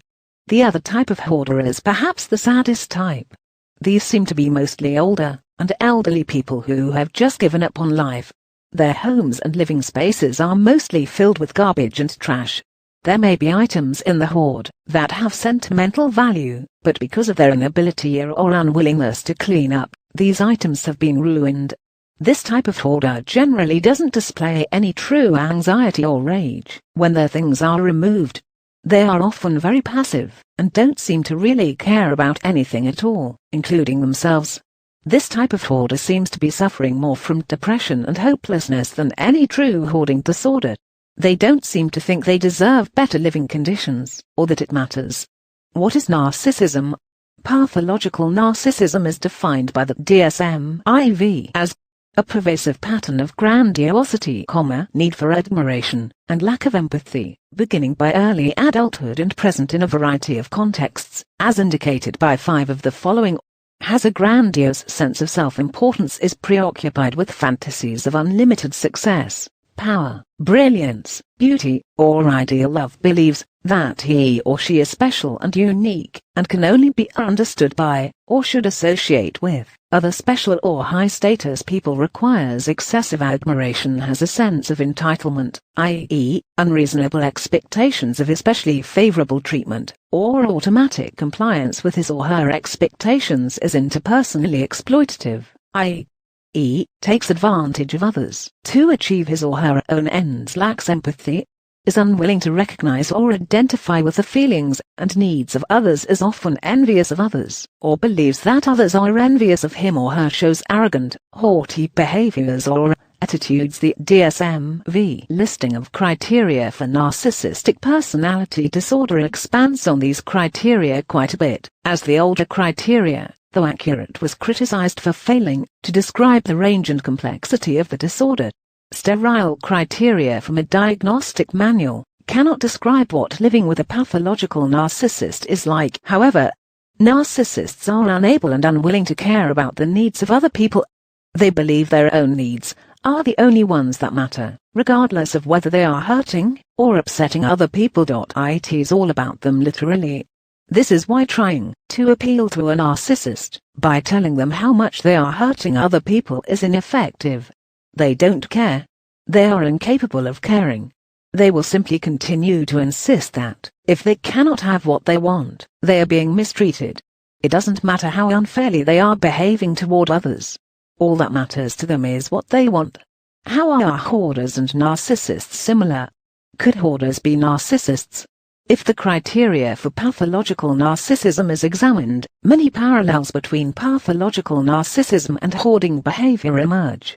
Paramount among them is the fact that hoarders seem unable to recognize or empathize with the feelings of the other people in their family. They simply just don't think it matters as much as how they feel. Even when facing the loss of their home, pets, marriage, or even their children, hoarders are unwilling to recognize that their behavior is destructive and hurtful to others or to themselves. They blatantly refuse to go without and perceive any insinuation that they should do so as a personal attack and a threat of losing control. The actual removal of the hoarded objects often provokes hoarders into full-blown rage. This anger reaction presents itself very much like classic narcissistic rage, and stands in stark contrast to how they usually react to the loss of their families, homes, or children. Control is key with hoarding and narcissism. Hoarders are attempting to exercise control over their environment and the people in it. Many are also attempting to express anger by making the living conditions in their home unbearable. Many hoarders talk about the hoard as a passive-aggressive attempt to hurt or get back at other people in the family. Hoarders are generally attempting to stave off anxiety by surrounding themselves with mountains of things they own and therefore control. It makes them feel better. This is the same behavior we see with pathological narcissists, except they are attempting to manipulate and control other people. Perhaps then, hoarders are narcissists who feel unable to manipulate or control people, so they control objects and their environment. It is often the case that hoarding will begin or worsen after a loss of some kind. This could indicate that the loss of control over a person or situation caused the hoarder to resort to controlling inanimate objects. As is usually the case with pathological narcissists, it is often revealed that hoarders had a support system at one time, but their overwhelming selfishness eventually pushed everyone away. As is seen with hoarders, narcissists often attach excessive importance to objects. The objects they own are theirs. They are an extension of the narcissist himself, and the hoarder reacts much the same way. To the narcissist, the objects they own are just as important and just as deserving of special treatment as the narcissist believes himself to be. The objects themselves don't matter. and are often treated very badly. They are allowed to rust, become dirty or fall into disrepair. This is the same behavior seen with hoarders. The objects only matter as far as how they make the hoarder feel. This is parallel to the way narcissists treat people, and upon examination of the hoarder's life it is often found that hoarders treat their families the same way. The sense of entitlement that many hoarders display is classic narcissism, and so is playing the role of the victim. Narcissists are unable to be grateful, because to a narcissist, they are either owed whatever they are given, or they are being hurt by it somehow. This is the same behavior we see with hoarders. Hoarders often do not say thank you to the people who attempt to help them, and many times they do not help with any cleanup or organization. This is indicative of narcissistic entitlement behavior. Hoarders also often display the poor impulse control, poor decision-making skills and emotional dysregulation that we see with pathological narcissism. Everything is geared toward making themselves feel better, regardless of how it makes others feel. The needs and feelings of other people are totally ignored or minimized in the pursuit of filling the void they have inside of them. People who hoard animals are often a very good example of the narcissistic aspects of compulsive hoarding. Animals are the perfect companions for narcissistic hoarders because animals make no emotional demands. They are not like people who will become angry or even leave if their needs are ignored or if they are treated unfairly. Animal hoarders claim that they are helping the animals they collect, but no real effort is made to see to the animals' well-being at all. The animals exist in the home solely to make the hoarder feel better. They fulfill the hoarder's needs, while their own needs are totally ignored. This is made obvious by the fact that animal hoarders are usually completely blind to how badly their animals are suffering. They never even notice. It's more important to an animal hoarder to believe they are helping the animals than it is to actually help them. In order to actually help the animals they've collected, the hoarder would have to relinquish control over the animals, and they cannot do that. The hoarder would rather the animals continue to suffer than go to another home. The hoarder is putting their own emotional needs above the animals' health and physical well-being. The hoarder is treating their family the same way. This is not love, regardless of what the hoarder thinks. It's selfish and it's abuse. In a word, it's narcissism. Are hoarders narcissists? Upon careful examination of both disorders, we see that there are indeed many similarities and overlapping qualities between hoarding and pathological narcissism. There are some key differences as well, and not all hoarders are the same. However, the argument can be made that in many instances, compulsive hoarding is an attempt to alleviate the specific anxiety that is experienced by a person who places on the narcissistic spectrum. This conclusion makes sense because borderline personality disorder falls on the narcissistic spectrum, and there are some elements of borderline personality disorder evident in the hoarding as well. Some hoarders may feel they have been abandoned and choose to surround themselves with things because they know things can never leave them. Video for this here. Afterward, I put this together because everything I've read or heard tries to get people to empathize with the narcissist and validate them, and all of these things. While I understand why they tell people to do it, I do not see the use of it in a real-life situation. It does not make anything better. In many ways, it can make things worse, and often people report that eventually, the validation and empathy they attempted to give the narcissist was twisted and used as another way to manipulate or punish them, or that it was only effective for a very short time. Too frequently, the advice we see revolves around the non-personality disordered person rearranging or learning new ways to do, say and think everything so as not to upset the narcissist, and pacify them to keep the peace. This is unfair and unrealistic. It also means that the entire family situation still has to revolve around the narcissist, which is exactly what the narcissist wants. It can actually reinforce their narcissism. Much of the advice commonly given also refuses to directly address the conscious cruelty and large-scale manipulation that most of these people engage in. It tries too hard to present them as victims. They certainly are victims, but to simply ignore the fact that narcissists are doing many of these terrible things on purpose is dangerous and it's counterproductive. That may be why the textbook advice that we usually get regarding how to deal with narcissists often does not work in a real-life situation with a real-life narcissist. People's homes are not psychiatric hospitals or group therapy sessions, and most people are not doctors. I feel there is a real need to give common sense, practical information, and teach common sense, practical techniques for dealing with personality disordered people. The videos linked at the end of some sections are episodes of my online show dealing with these subjects.